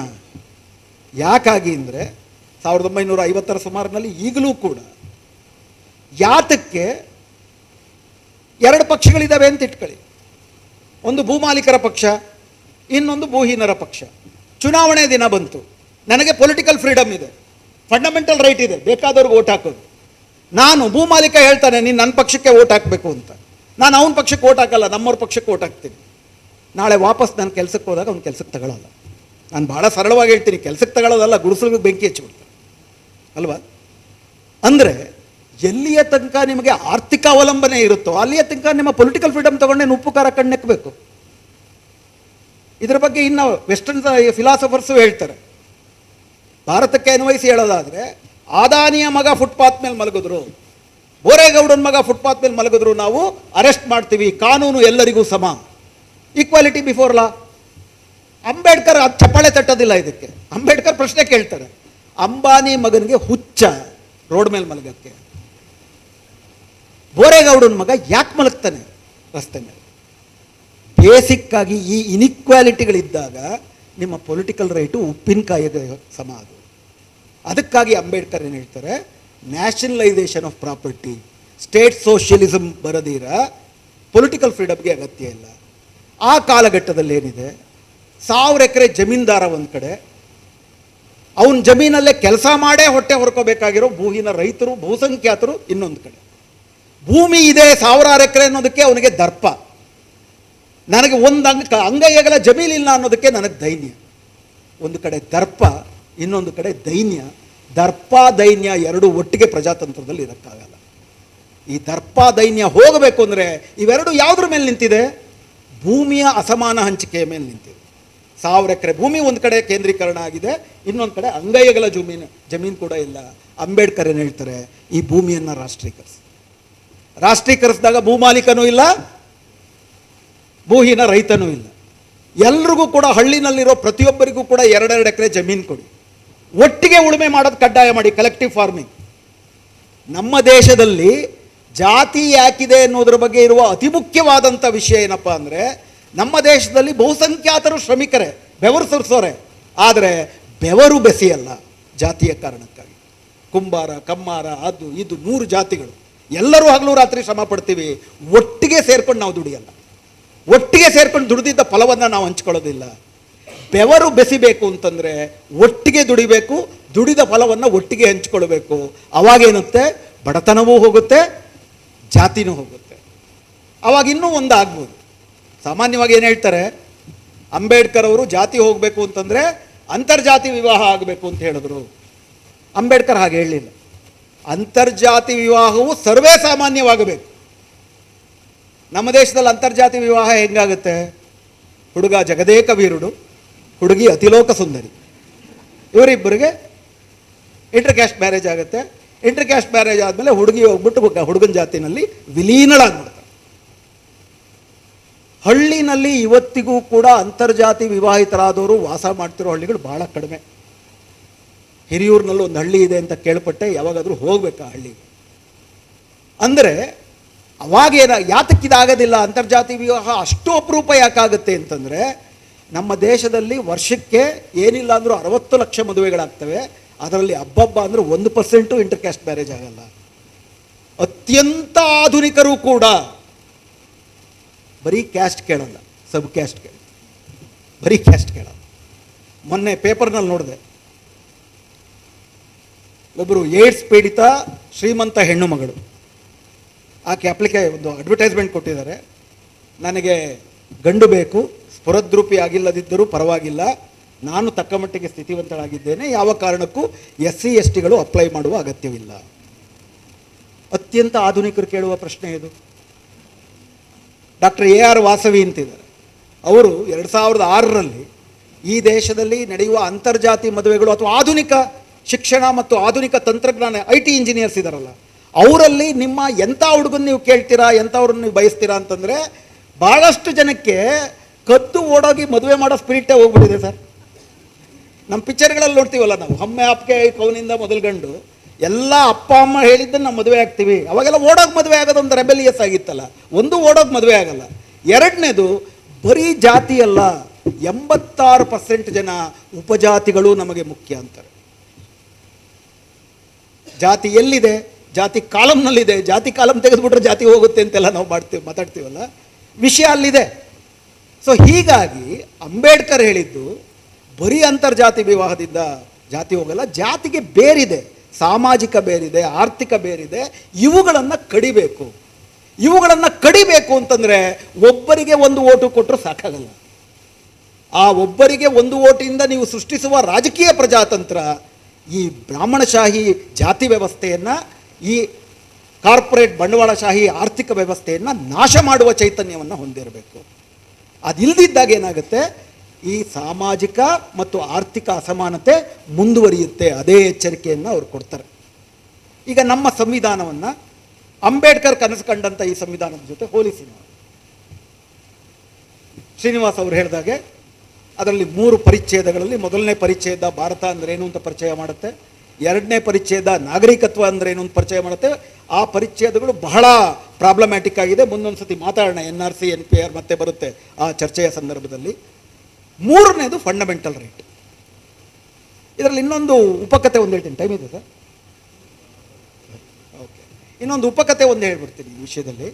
ಈ ಉಪಕಥೆ ಏನಪ್ಪ ಅಂತಂದರೆ, ಇತ್ತೀಚೆಗೆ 3 ತಿಂಗಳ ಕೆಳಗಡೆ ಭಾರತದ ಸಂಸತ್ತಿನಲ್ಲಿ BJP ಪಕ್ಷದ ಸಂಸದರು, ನಿಶಿಕಾಂತ್ ದುಬೆನೂ ಒಳಗೊಂಡಂತೆ, ವಾದ ಮಾಡಿದ್ದೇನಪ್ಪ ಅಂದರೆ, ಇನ್ನು ಮುಂದೆ ಸಂವಿಧಾನದ ಪ್ರತಿಯನ್ನು ಹಂಚಬೇಕಾದ್ರೆ ಸಂವಿಧಾನದ ಮೂಲ ಪ್ರತಿನಲ್ಲಿ ಚಿತ್ರಗಳನ್ನು ಬರೆದಿದ್ದಾರೆ, ಆ ಚಿತ್ರಗಳ ಸಮೇತ ಹಂಚಬೇಕು.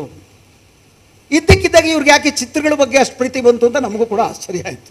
ಚಿತ್ರಗಳ ಕಥೆ ಏನಪ್ಪ ಅಂತಂದರೆ, 22 ಅಧ್ಯಾಯಗಳಿದ್ದಾವೆ. 22 ಅಧ್ಯಾಯಕ್ಕೂ ಒಂದೊಂದು ಚಿತ್ರ ಇದೆ. ಮೊದಲನೇ ಚಿತ್ರ ಹರಪ್ಪ ಮೊಹೆಂಜೊದಾರೋ ನಾಗರಿಕತೆಯಲ್ಲಿ ಇದ್ದಂಥ ಬುಲ್ಬ್. ಎರಡನೇದು ನಾಗರಿಕ ವಿಷಯದ ಬಗ್ಗೆ ಬಂದಾಗ ಗುರುಕುಲದ ಚಿತ್ರ. ಫಂಡಮೆಂಟಲ್ ರೈಟ್ಸ್ ಬಂದಾಗ ಕೃಷ್ಣ ಅರ್ಜುನನಿಗೆ ಬೋಧನೆ ಮಾಡ್ತಿರೋ ಚಿತ್ರ.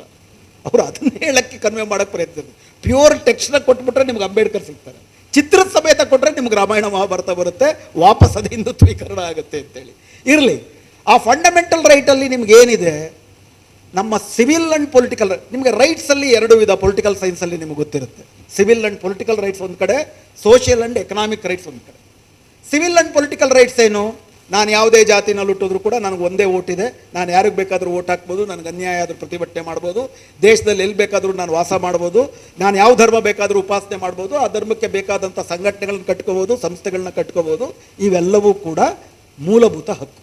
ಇದನ್ನು ಯಾವ ಸರ್ಕಾರ ಬಂದರೂ ಕಿತ್ಕೊಳ್ಳೋಕ್ಕಾಗಲ್ಲ. ಆದರೆ ಅಂಬೇಡ್ಕರ್ ಹೇಳಿದಂತೆ ಎಕನಾಮಿಕ್ ಈಕ್ವಾಲಿಟಿಯ ಹಕ್ಕುಗಳಿದೆಯಾ ಫಂಡಮೆಂಟಲ್ ರೈಟಲ್ಲಿ?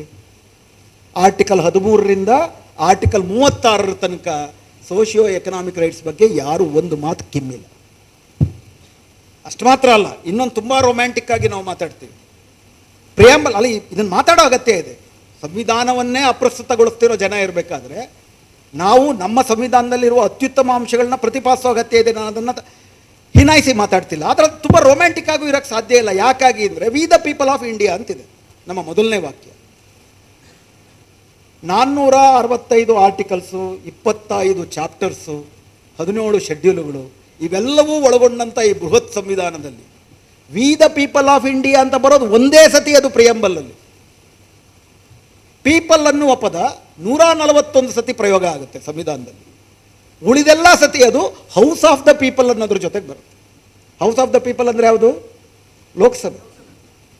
ಲೋಕಸಭೆಯ ಬಗ್ಗೆ ಅವರು ಪೀಪಲ್ ಅಂತ ಹೇಳ್ತಿದ್ದಾರೆ ಹೊರತು ನಮ್ಮ ಸಂವಿಧಾನದಲ್ಲೂ ಕೇವಲ ಓಟ್ ಹಾಕೋದಲ್ಲ, ಗವರ್ನೆನ್ಸಲ್ಲಿ ಬಿ ದ ಪೀಪಲ್ ಎಷ್ಟು ಜನ ಇದ್ದೀವಿ ಅನ್ನೋದು ಪ್ರಜಾಸತ್ತೆಯ ಪ್ರಮುಖವಾದಂಥ ಲಕ್ಷಣ. ಗವರ್ನೆನ್ಸಲ್ಲಿ ಎಷ್ಟು ಜನ ಇದ್ದೀವಿ? ಆಯ್ಕೆ ಮಾಡೋದು ಆಯ್ತಪ್ಪ, ಅದಾದ್ಮೇಲೆ ಅವ್ರು ಕಾನೂನು ಮಾಡ್ತಾರೆ. ಕಾನೂನು ಬರೀ ಶಾಸನ ಸಭೆ ಮಾಡಿದ್ರೆ ಆಯ್ತಾ? ಜಗತ್ತಿನ ಅತ್ಯುತ್ತಮ ಪ್ರಜಾತಂತ್ರಗಳು ಅಂತ ಕರ್ಕೊಳ್ಳುವಂಥ ಸ್ಕ್ಯಾಂಡಿನೇವಿಯನ್ ದೇಶದ ಪ್ರಜಾತಂತ್ರಗಳಲ್ಲಿ ಅಲ್ಲಿ ವಾರ್ಡ್ ಮಟ್ಟದಲ್ಲಿ ಯಾವುದಾದ್ರೂ ಯೋಜನೆಗಳು ಬರಬೇಕು ಅಂತಂದರೆ ವಾರ್ಡಲ್ಲಿರೋ ಜನರೆಲ್ಲರ ಅಭಿಪ್ರಾಯವನ್ನು ಕೇಳ್ತಾರೆ. ಪ್ರಜಾತಂತ್ರ ಇದೆ ತಾನೆ. ನಿಮ್ಮ ಪಾಲುದಾರಿಕೆ, ಪ್ರಜೆಗಳ ಸರ್ಕಾರ, ಪ್ರಜೆಗಳಿಗೋಸ್ಕರ ಆಗಬೇಕು ಅಂತಂದರೆ ನಿಮ್ಮ ಪರವಾಗಿ ನಾನಿರ್ತೀನಿ ಅಂತ ದೊರೆಗಳು ಮಾತಾಡ್ತಿದ್ರು.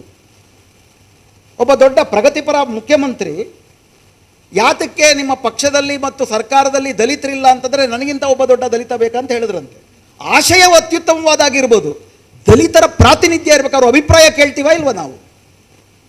ಉದಾಹರಣೆಗೆ ಬೆಂಗಳೂರಲ್ಲಿ ಈ ಸರ್ಕಾರ ಬಂದ ಮೇಲೆ 50,000 ಕೋಟಿ ರೂಪಾಯಿ ಖರ್ಚಲ್ಲಿ ಟನಲ್ ರೋಡ್ ಒಂದು ಮಾಡಕ್ಕೆ ಹೊರಟಿದ್ದಾರೆ. ಯಾರ ಅಭಿಪ್ರಾಯ ಕೇಳಿದ್ರು? ಗ್ರೇಟರ್ ಬ್ಯಾಂಗ್ಳೂರ್ ಅಥಾರಿಟಿ ಅಂತ ಇನ್ನೇನು ಒಂದು 3-4 ದಿವಸದಲ್ಲಿ ಜಾರಿ ಆಗುತ್ತೆ. ಯಾರ ಅಭಿಪ್ರಾಯ ಕೇಳಿದ್ರು? ಆ 50,000 ಕೋಟಿ ರೂಪಾಯಿ ಟನಲ್ ರೋಡು ಅತಿ ಹೆಚ್ಚು ಉಪಯೋಗ ಆಗೋದು ಬೆಂಗಳೂರಿನಲ್ಲಿರೋ 22 ಲಕ್ಷ ಕಾರು ಓನರ್ಸ್ಗೆ. ಆ 22 ಲಕ್ಷ ಕಾರಿನ ದೊರೆಗಳಿಗೆ ತುಮಕೂರಿನಲ್ಲಿರೋ ದೊರೆ ರಾಜು ಅವರು ಯಾತಕ್ಕಾಗಿ ಟ್ಯಾಕ್ಸ್ ಕೊಡಬೇಕು? ಮತ್ತು ಅಲ್ಲಿ ಇವತ್ತು ಹೆಚ್ಚು ಕಡಿಮೆ 1,40,00,000 ಇದ್ದಾರೆ ಸರ್ ಬೆಂಗಳೂರಲ್ಲಿ. 1 ಕೋಟಿ ದಾಟಿದ್ದಾರೆ. 1.5 ಕೋಟಿಯಷ್ಟು ಜನರ ಅಭಿಪ್ರಾಯವನ್ನು ಯಾರು ಕೇಳಿದ್ರು? ಬಿ ಸ್ಮೈಲ್ ಅಂತ ಒಂದು ಹೊಸ ಸಂಸ್ಥೆ, ಸ್ಪೆಷಲ್ ಪರ್ಪಸ್ ವೆಹಿಕಲ್ ಅಂತ ಈಗ ಹೊಸದಾಗೊಂದು ಶುರುವಾಗ್ಬಿಟ್ಟಿದೆ. ಯಾವ ಪ್ರಜಾತಂತ್ರವೂ ಇಲ್ಲದೆ, ಜನರ ಭಾಗಿದಾರಿಕೆ ಇಲ್ಲದೆ ಆರ್ಥಿಕ ನೀತಿಗಳು ಅಂಬಾನಿಗಳ ಪರವಾಗಿ, ದೊಡ್ಡ ದೊಡ್ಡ ಶ್ರೀಮಂತರ ಪರವಾಗಿ ಜಾರಿಯಾಗುತ್ತೆ. ಅಂಬೇಡ್ಕರ್ ಕೇಳಿದ್ದು ಈ ಪ್ರಶ್ನೆಯ ಬಗ್ಗೆ. ನನ್ನ ಸೋಷಿಯಲ್ ಎಕನಾಮಿಕ್ ರೈಟ್ಸ್ ಎಲ್ಲಿದೆ? ಆರ್ಟಿಕಲ್ 37ರ ನಂತರ ಆರ್ಟಿಕಲ್ 38ರಿಂದ ಆರ್ಟಿಕಲ್ 48ರ ತನಕ ಸೋಷಿಯಲ್ ಎಕನಾಮಿಕ್ ರೈಟ್ಸ್ ಬರುತ್ತೆ. ಅದರಲ್ಲಿ ಉದಾಹರಣೆಗೆ ಆರ್ಟಿಕಲ್ 39C ಏನು ಹೇಳುತ್ತೆ? ಸಂಪತ್ತು ಒಂದು ಕಡೆ ಕೇಂದ್ರೀಕರಣ ಆಗಬಾರ್ದು, ಸಂಪತ್ತು ಸಮಾನವಾಗಿ ಹಂಚಿಕೆ ಆಗಬೇಕು ಅಂತಿದೆ. ಅದು ಆರ್ಟಿಕಲ್ 39C. ಹಂಚಿಕೆ ಆಗಿದೆಯಾ ಸಮಾನವಾಗಿ? ಮೊನ್ನೆ ಹರೂನ್ ರಿಚ್ ಬಿಲಿಯನೇರ್ಸ್ ಇನ್ಸ್ಟಿಟ್ಯೂಟ್ ಅನ್ನೋರು ಒಂದು ಸ್ಟಡಿ ಮಾಡಿದ್ದಾರೆ. ನಮ್ಮ ದೇಶದ GDP ಅಂದರೆ ಗೊತ್ತಲ್ಲ ನಿಮಗೆ? ನಮ್ಮ ದೇಶದ GDP 300 ಲಕ್ಷ ಕೋಟಿ. ಅದರಲ್ಲಿ ಈ ದೇಶದ 284 ಜನರ ಹತ್ರ 100 ಲಕ್ಷ ಕೋಟಿ ಸಂಪತ್ತಿದೆ. ಸಂವಿಧಾನ ಏನು ಹೇಳುತ್ತೆ? ಸಂಪತ್ತು ಒಂದು ಕಡೆ ಕೇಂದ್ರೀಕರಣ ಆಗಬಾರ್ದು ಅಂತ. ಏನು ಈ ವೈರುಧ್ಯಕ್ಕೆ ಕಾರಣ? ವೈರುಧ್ಯಕ್ಕೆ ಕಾರಣ ಏನಪ್ಪ ಅಂದರೆ ಆರ್ಟಿಕಲ್ 37. ಆರ್ಟಿಕಲ್ 37 ಏನು ಹೇಳುತ್ತೆ? ಇಲ್ಲಿಂದ ಆಚೆಗೆ ನಾವೇನು directive principles of state policy ಅಂತೀವಿ. ಆರ್ಟಿಕಲ್ 38ರಿಂದ ಆರ್ಟಿಕಲ್ 48ರ ತನಕ directive principles of state policy. And directive principles of state policy is not part of fundamental right. Article 37 ಏನು ಹೇಳುತ್ತೆ? It cannot be justiciable in the court of law. ನನಗೆ ಓಟಿನ ಹಕ್ಕು ಯಾವುದಾದ್ರೂ ಸರ್ಕಾರ ಕಿತ್ಕೊಂಡ್ರೆ ನೀವು ಸುಪ್ರೀಂ ಕೋರ್ಟ್ಗೆ ಹೋಗ್ಬೋದು, ಆದರೆ ನನಗೆ ಸಮಾನವಾಗಿ ಭೂಮಿ ಹಂಚಲಿಲ್ಲ ಅಂತ ನೀವು ಕೋರ್ಟಲ್ಲಿ ಕೇಳೋಕ್ಕಾಗಲ್ಲ. ಯಾಕಂದರೆ ಅದು ಡೈರೆಕ್ಟಿವ್ ಪ್ರಿನ್ಸಿಪಲ್, ನಿರ್ದೇಶನ ತತ್ವ, ಮೂಲಭೂತ ಹಕ್ಕಲ್ಲ. ಇದು ಅಂಬೇಡ್ಕರ್ ಬರೆದ ಸಂವಿಧಾನಕ್ಕೂ ಅಂಬೇಡ್ಕರ್ ಬಯಸಿದ ಸಂವಿಧಾನಕ್ಕೂ ಇರುವ ಅತಿ ದೊಡ್ಡ ವ್ಯತ್ಯಾಸ. ಇವತ್ತು ಆ ವೈರುಧ್ಯದಲ್ಲಿ ನಾವು ಹೋಗ್ತೀವಿ. ಇಲ್ಲ ಅಂದರೆ ಅಂಬೇಡ್ಕರ್ ಬರೆದ ಸಂವಿಧಾನ ಇದ್ದಾಗ್ಯೂ ಕೂಡ ಈ ದೇಶದಲ್ಲಿ ಒಂದು ವೆಲ್ಫೇರ್ ಸ್ಟೇಟ್ ಅನ್ನೋದು ಸಂವಿಧಾನದ ಪರಿಕಲ್ಪನೆ ಇದ್ದರೂ ಕೂಡ 91ರ ನಂತರ ಯಾವುದೇ ಸರ್ಕಾರ ಅಧಿಕಾರಕ್ಕೆ ಬಂದರೂ ದೊಡ್ಡ ದೊಡ್ಡ ಬಂಡವಾಳಶಾಹಿಗಳಿಗೆ ಹೆಚ್ಚಿಗೆ ಅನುಕೂಲ ಮಾಡಿಕೊಡೋದೊಂದೇ ಈ ದೇಶದ ಅಭಿವೃದ್ಧಿಗೆ ಪೂರಕ ಅನ್ನುವಂತಹ ತೀರ್ಮಾನಗಳು ಎಲ್ಲಿಂದ ಬಂತು? ಅದೇ 92ಕ್ಕೆ ಬಾಬರಿ ಮಸೀದಿ ಕೆಡವುಬಿಟ್ಟು ಕೆಡವಿದ್ದೇ ಸರಿ ಅನ್ನೋರು ಅಧಿಕಾರಕ್ಕೆ ಹೆಂಗೆ ಬಂದು? 2000ರಲ್ಲಿ ಕೆಡವಿದ್ದು ತಪ್ಪು, ಆದರೆ ಅವ್ರಿಗೇನೆ ರಾಮ ಮಂದಿರ ಕಟ್ಕೊಡಿ ಅಂತ ಅಂದ್ಬಿಟ್ಟು ಸುಪ್ರೀಂ ಕೋರ್ಟ್ ತೀರ್ಮಾನ ಹೆಂಗೆ ಬಂತು? ಇದು ಅಂಬೇಡ್ಕರ್ ಕೊಟ್ಟಂಥ ಎಚ್ಚರಿಕೆಗಳು. ಆ ನಂತರವೂ ಅಂಬೇಡ್ಕರ್ ಅವರು ರಾಜೀನಾಮೆ ಕೊಡ್ತಾರೆ, ಚುನಾವಣೆಗಳಲ್ಲಿ ಸೋಲ್ತಾರೆ, ರಾಜ್ಯಸಭೆಯಲ್ಲಿ ಗೆದ್ದು ಬರೋದಕ್ಕೆ ಅಂಬೇಡ್ಕರ್ಗೆ ಕಾಂಗ್ರೆಸ್ ಅವರು ಸಹಾಯ ಮಾಡ್ತಾರೆ. ಒಂದು ದುರುದ್ದೇಶ, ಸ್ವಲ್ಪ ದುರುದ್ದೇಶ ಎಲ್ಲವೂ ಸೇರಿಕೊಂಡೇ ಇರುತ್ತೆ ಅದರಲ್ಲಿ. ರಾಜ್ಯಸಭೆಯಲ್ಲಿ ಅಂಬೇಡ್ಕರ್ ಈ ಪ್ರಶ್ನೆಯನ್ನು ಪದೇ ಪದೇ ಎತ್ತುತ್ತಾರೆ. ನಾನು ಒಂದು ದೇವಸ್ಥಾನವನ್ನು ಕಟ್ಟಿದ್ವಿ ಸಂವಿಧಾನದ ಮೂಲಕ, ದೇವಸ್ಥಾನದಲ್ಲಿ ದೇವರು ಇರ್ತಾರೆ ಅಂದ್ಕೊಂಡ್ವಿ, ಆದರೆ ದೆವ್ವಗಳು ಬಂದು ಕೂತ್ಕೊಂಡಿದ್ದಾವೆ. ಆದರೆ ಇದಕ್ಕೊಂದು ಸರಳ ಉಪಾಯ ಇದೆಯಾ?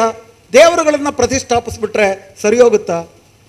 ದೇವರುಗಳು ಎಷ್ಟು ನಿಶ್ಶಕ್ತರು ಅಂತಂದರೆ ಅವ್ರ ಹತ್ರ 100 ಕೋಟಿ ಇಲ್ಲ. ದೇವರುಗಳು ಯಾರು? ಪ್ರಜಾತಂತ್ರದಲ್ಲಿ ದೇವರುಗಳು ಯಾರು? ನಾವು, ವಿ ದ ಪೀಪಲ್. ವಿಷಯ ಏನಪ್ಪ ಅಂತಂದರೆ ನಮ್ಮ ಮುಂದೆ 2 ಪ್ರಶ್ನೆಗಳನ್ನು ಹಾಕ್ಕೋಬೇಕು. ಆ ಪ್ರಶ್ನೆಯನ್ನು ನಿಮ್ಮ ಮುಂದೆ ಇಟ್ಟು ನಾನು ಮಾತು ಮುಗಿಸ್ತೇನೆ. 75 ವರ್ಷಗಳ ನಂತರ ನಮ್ಮ ರಾಜಕೀಯ ಪ್ರಜಾತಂತ್ರ ಬ್ರಾಹ್ಮಣಶಾಹಿ ಜಾತಿ ವ್ಯವಸ್ಥೆಯನ್ನು ನಾಶ ಮಾಡೋಕ್ಕೆ ಯಾಕಾಗಲಿಲ್ಲ? ಕಾರ್ಪೊರೇಟ್ ಬಂಡವಾಳಶಾಹಿ ವ್ಯವಸ್ಥೆ 1950ಕ್ಕಿಂತಲೂ ವೇಗವಾಗಿ ಸಂವಿಧಾನದ ನಡುವೆಯೂ ಯಾತಕ್ಕೆ ಮುಂದುವರಿತಾ ಇದೆ? ಪೊಲಿಟಿಕಲ್ ಡೆಮಾಕ್ರಸಿ ಕ್ಯಾಸ್ಟಿಸಮ್ನ ಮತ್ತು ಕ್ಯಾಪಿಟಲಿಸಮ್ನ ನಾಶ ಮಾಡೋಕ್ಕಾಗಲಿಲ್ಲ ಅಂತಂದರೆ ಈ ಪೊಲಿಟಿಕಲ್ ಡೆಮಾಕ್ರಸಿನಲ್ಲಿ ಯಾವ ಬದಲಾವಣೆ ಬರಬೇಕು? ಈ ಬದಲಾವಣೆ ಅಲ್ಪ ಸ್ವಲ್ಪ ಕಾನೂನನ್ನು ಬದಲಾಯಿಸ್ಬಿಟ್ರೆ ಸಾಧ್ಯ. ಉದಾಹರಣೆ, ಒಂದು ಎಲ್ಲ ಇವ್ರಿಗೇನೆ ಇದ್ದಕ್ಕಿದ್ದಾಗೆ ಯುದ್ಧ ನಿಲ್ಲಿಸಿದಾಗೆ, ಇನ್ಫ್ಯಾಕ್ಟ್ ಯುದ್ಧ ನಮ್ಮಲ್ಲಿ ನಿರಂತರವಾಗಿ ನಡೆಯುತ್ತೆ. ಗಡಿಗಳಲ್ಲಿ ನಡೆಯುವ ಯುದ್ಧ ಬೇರೆ, ಶ್ರೀಮಂತ ಮತ್ತು ಬಡವರ ನಡುವಿನ ಗಡಿಯನ್ನು ಗಟ್ಟಿಯಾಗಿ ಕಾಪಾಡ್ಕೊಳ್ಳೋಕ್ಕೆ ನಿರಂತರವಾಗಿ ಯುದ್ಧ ನಡೆಯುತ್ತೆ. ಅದು ಇನ್ಫ್ಯಾಕ್ಟ್ ಛತ್ತೀಸ್ಗಢಲ್ಲಿ ಇವತ್ತು ನಡೀತಾ ಇದೆ. ಆದಿವಾಸಿಗಳ ಹತ್ರ ಜಮೀನು ಕಿತ್ಕೋಬೇಕು, ಅವ್ರನ್ನ ಬಡವರಾಗಿ ಇಟ್ಕೋಬೇಕು, ಅದನ್ನೆಲ್ಲ ಕಾರ್ಪೊರೇಟ್ನವ್ರು ಕೊಡಬೇಕು ಅಂತ ಬಡವ ಶ್ರೀಮಂತರ ಗಡಿಯನ್ನು ಕಾಪಾಡುವುದಕ್ಕೆ, ಬ್ರಾಹ್ಮಣ ದಲಿತರ ನಡುವಿನ ಜಾತಿ ಗಡಿಗಳನ್ನು ಕಾಪಾಡ್ಕೊಳ್ಳೋದಕ್ಕೆ, ಗಂಡು ಹೆಣ್ಣಿನ ನಡುವೆ ಇರುವ ಲಿಂಗತ್ವ ತಾರತಮ್ಯದ ಗಡಿಗಳನ್ನು ಕಾಪಾಡ್ಕೊಳ್ಳೋದಕ್ಕೆ ಯುದ್ಧ ನಡೀತಾನೆ ಇದೆ. ಈ ಯುದ್ಧವನ್ನು ನಿಲ್ಲಿಸುವುದು ಹೇಗೆ? ಇದಕ್ಕೊಂದು ದೊಡ್ಡ ಚಳುವಳಿಯ ಅಗತ್ಯ ಇದೆ. ಬರೀ ನೀವು ಕಾನೂನು ತಿದ್ದುಪಡಿ ಮಾಡೋದ್ರಿಂದ, ಅವಾಗೆಲ್ಲ ದಲಿತ ಚಳುವಳಿನಲ್ಲೊಂದು ಹಾಡು ಹೇಳ್ತಿದ್ವಿ, ದಲಿತರು ಬರುವರು ದಾರಿ ಬಿಡಿ, ದಲಿತರ ಕೈಗೆ ರಾಜ್ಯ ಕೊಡಿದ್ದ. ಬನ್ನಿ ಬನ್ನಿ ತಗೊಳ್ಳಿ, ಸೈನ್ಯ ಇದೆ, ಅವ್ರ ಹತ್ರ ಮಿಲಿಟರಿ ಇದೆ. ಇದಕ್ಕೊಂದು ದೊಡ್ಡ ಚಳುವಳಿಯ ಅಗತ್ಯ ಇದೆ. ಅಂಬೇಡ್ಕರ್ ಬರೆದ ಸಂವಿಧಾನದಿಂದ ಅಂಬೇಡ್ಕರ್ ಬಯಸಿದ ಸಂವಿಧಾನದ ಕಡೆಗೆ ಈ ಯುವಜನಾಂಗ ಈ ದೇಶವನ್ನು ಮುಂದೆ ತೆಗೆದುಕೊಂಡು ಹೋಗಬೇಕಾಗಿದೆ. ಆ ನಿಟ್ಟಿನಲ್ಲಿ ಬಲವಾದ ಚಳುವಳಿ ಕಟ್ಟುವುದೊಂದೇ ಇರುವ ಏಕೈಕ ಮಾರ್ಗ ಅಂತಾದರೂ ನನಗನ್ಸುತ್ತೆ. ಈ ಅವಕಾಶ ಕೊಟ್ಟಿದ್ದಕ್ಕೆ, ತಾಳ್ಮೆಯಿಂದ ಕೇಳಿದ್ದಕ್ಕೆ ಮತ್ತೊಮ್ಮೆ ನಿಮ್ಮೆಲ್ಲರಿಗೂ ವಂದನೆ.